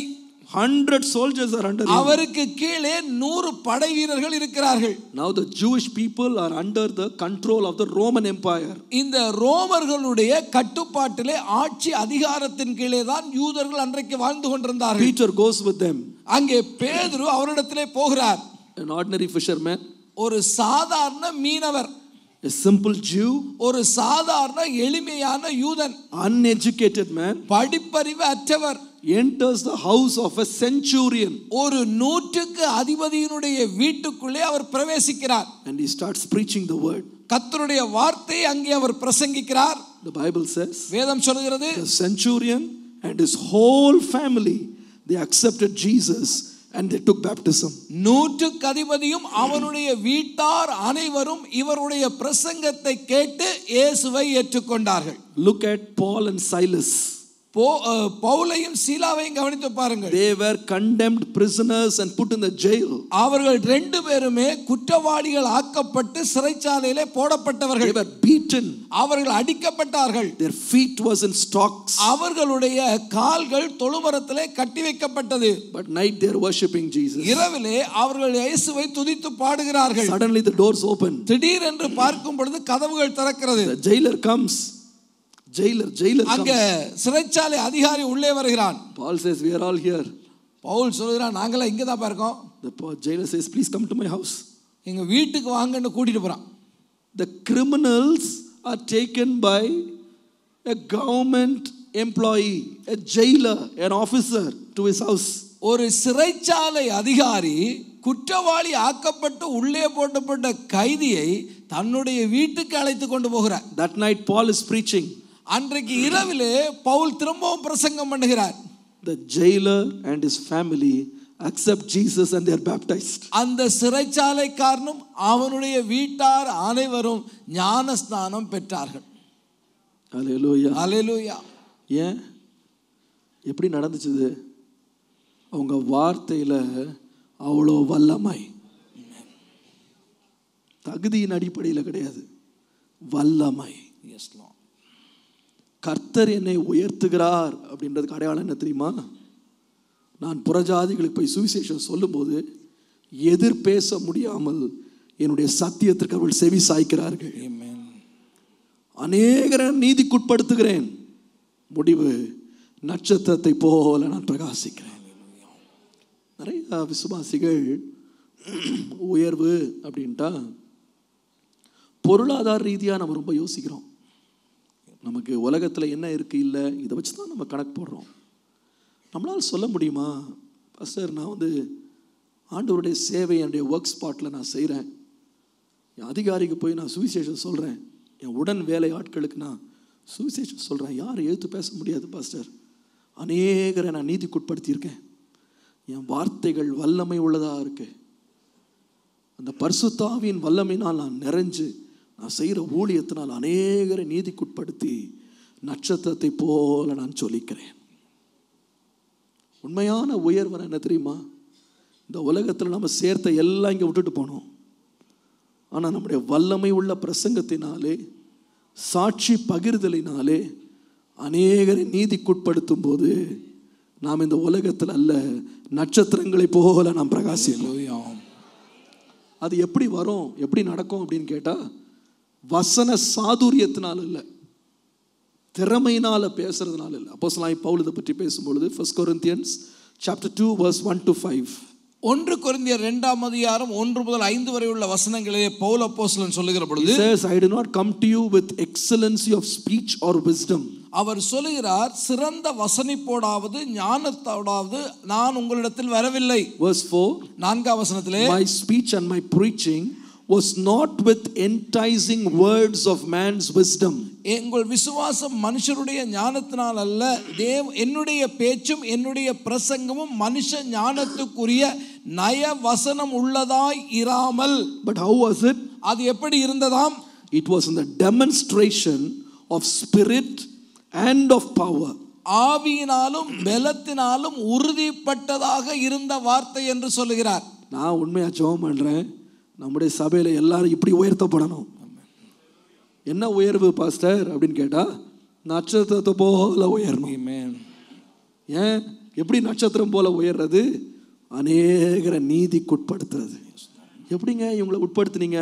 தெரியல பாஸ்டர், நல்லா ஜெபம் பண்ணேன், ஆவியில் நிறைஞ்சு போய் பிரசவம் பண்ணேன், அதிகாரியை ஞானஸ்நானம் கொடுக்க சொல்றாரு, அதிகாரியுடைய குடும்பத்தை நான் ஆண்டவருக்கு ஆதாயப்படுத்திட்டேன், கூட வேலை செய்கிறவங்களை ஆண்டவருக்கு ஆதாயப்படுத்திட்டேன்.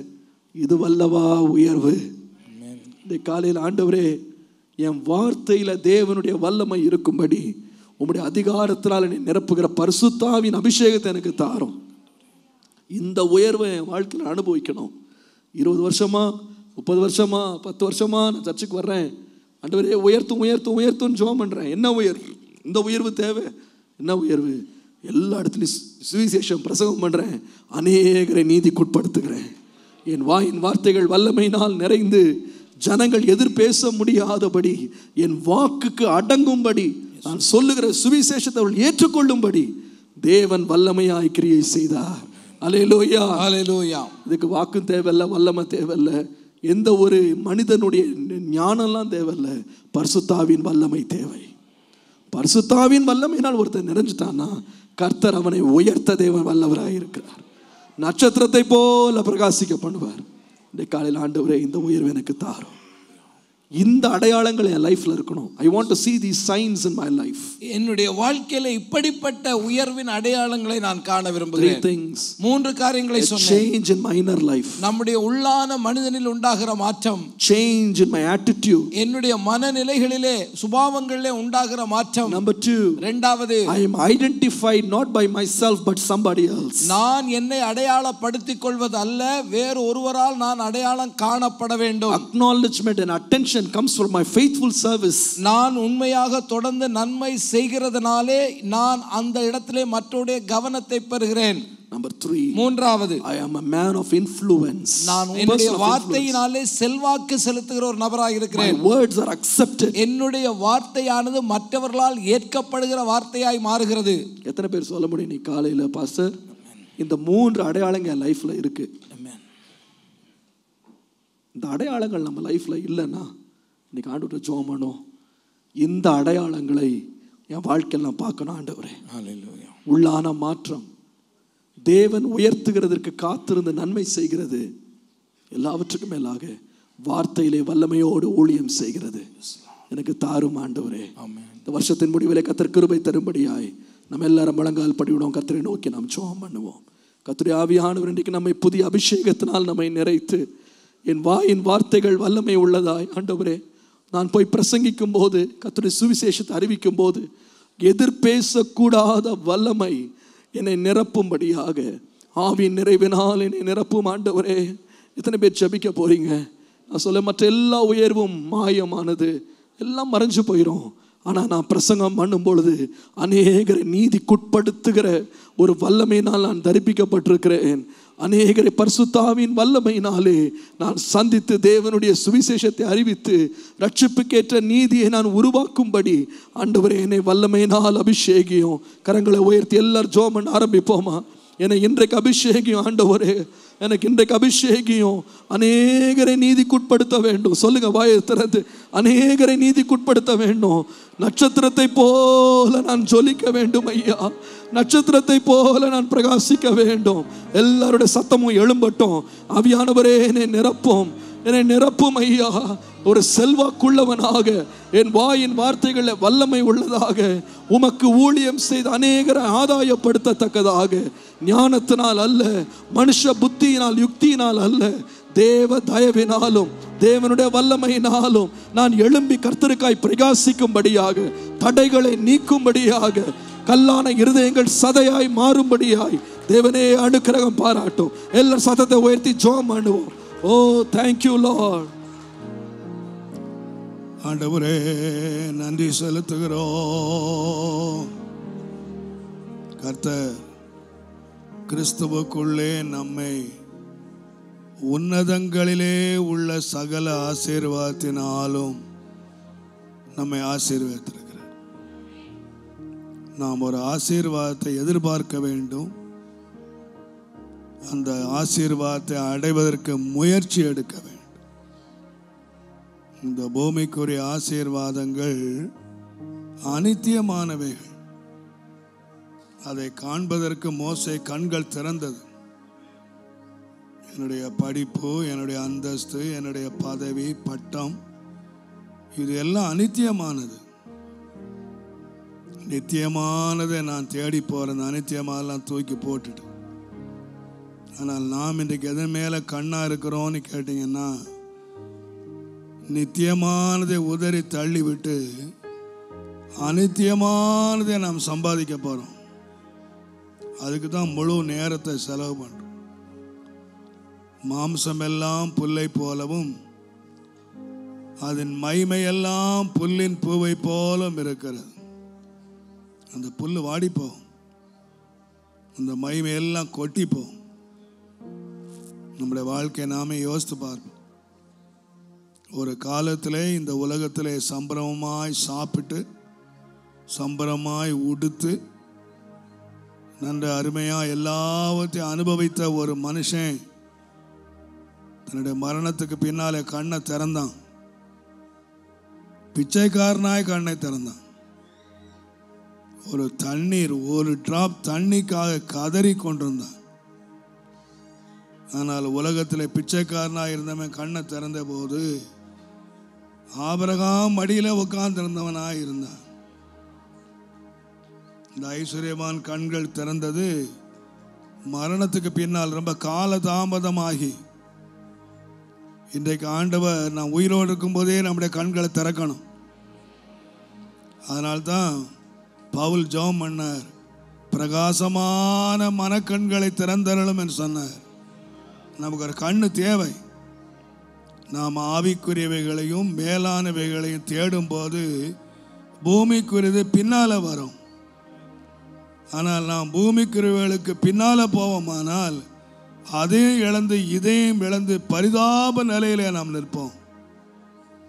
தேவன் கொடுத்த அந்த ஆயுசு நாட்களிலே நம்முடைய சுபாவங்களை கவனித்து நன்மை செய்ய வேண்டிய காலத்திலே மற்றவர்களுக்கு நன்மை செய்து எனக்கு கொடுக்கப்பட்ட சுகம், பலன், ஞானம் எல்லாவற்றையும் பயன்படுத்தி கர்த்தருக்கென்று நான் ஆத்துமாக்களை ஆதாயம் செய்து நான் நட்சத்திரத்தை போல பிரகாசிக்க வேண்டும்.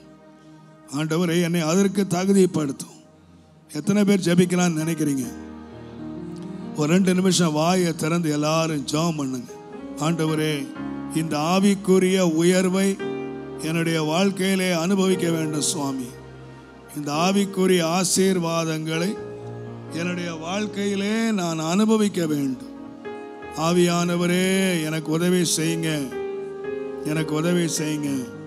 இந்த ஆவிக்குரிய மேன்மைகள், இந்த பூமியில் என்ன மேன்மையான காரியம் இருந்தாலும் இந்த ஆவிக்குரிய மேன்மை எனக்கு இல்லாமல் இருக்குமானால் நான் பரிதாபத்துக்குரியவனாயிருப்பேன், நான் வேதனைக்குரியவனாயிருப்பேன். ஆண்டவரே, என் கண்களை திறந்தருளும், எனக்கு உதவி செய்யும். ஓ ரபா ஷகபாரியான் தலா சதலாரி ஓ கமலா ஷதலா கமௌரியான் ஓ கமா பாபா தலா தலாரியா. நம்முடைய ஆவினால் நிறைத்த என் கண்களை திறந்தருளும், என் கண்களை திறந்தருளும். இந்த பூமிக்குரிய ஆசீர்வாதத்துக்காக ஓடி அலைகிறவன் இருக்கக்கூடாது, இதுக்காக பிரயாசப்படக்கூடாது. நான் அந்த ஆவிக்குரியவனாக என் சுபாவங்களிலே மாறுதல் அடைந்து உம்மை தரிசிப்பதற்கு எனக்கு உதவி செய்யும் ஆண்டவரே, எனக்கு உதவி செய். அன்பின் ஆண்டவரே, மனப்பூர்வமாக ஸ்தோத்தரித்து உம்முடைய கரத்திலே அடியான் ஒப்பு கொடுக்கிறேன். நீர் எங்கள் மேல் அன்பு கூர்ந்து நாங்கள் அடைய வேண்டிய லக்கை, நாங்கள் அடைய வேண்டிய உயர்வை நாங்கள் அடைவதற்கு எங்கள் கண்களை திறந்திருக்கிறீர். நாங்கள் இதிலே கண் சொருகி போன குருடர்களாக இல்லாதபடி கண் திறக்கப்பட்டவர்களாக, ஆண்டவரே தரிசித்தவர்களாக இந்த மகிமையான லக்கை நாங்கள் அடைவதற்கு கர்த்தர் உதவி செய்யும்படியாக நாங்கள் ஜெபிக்கிறோம். ஒவ்வொருவரும் இந்த உயர்வை அடைய வேண்டும் கர்த்தாவே. இந்த ஆவிக்குரிய மேன்மையை ஒவ்வொருவரும் அனுபவிக்கிறதற்கு ஆண்டவரே தயவு செய்து இரக்கம் பாராட்டும் ஆண்டவரே. அதுக்கு தேவையான அபிஷேகத்தை தாரும். ஒரு பெரிய ஆவி நிறைவு சபையில இறங்கட்டும்.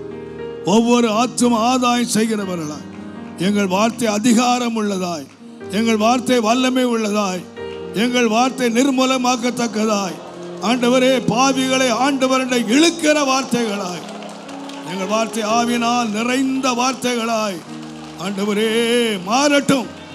எங்கள் வார்த்தை மாறட்டும். எங்கள் வார்த்தை அபிஷேகம் பண்ணப்பட்ட வார்த்தைகளாய் ஆண்டவரே, மற்றவர்களை வேதனைப்படுத்துகிற, மற்றவர்களை குற்றப்படுத்துகிற, மற்றவர்களை கண்ணீர் விட பண்ணுகிற வார்த்தை அல்ல, இயேசுவண்டை இழுக்கிற வார்த்தைகள் எங்கள் வாயிலிருந்து புறப்படட்டும். ஆண்டவரே, உம்முடைய நாமத்தை மகிமைப்படுத்தும். இயேசுவின் நாமத்தில் பிதாவே.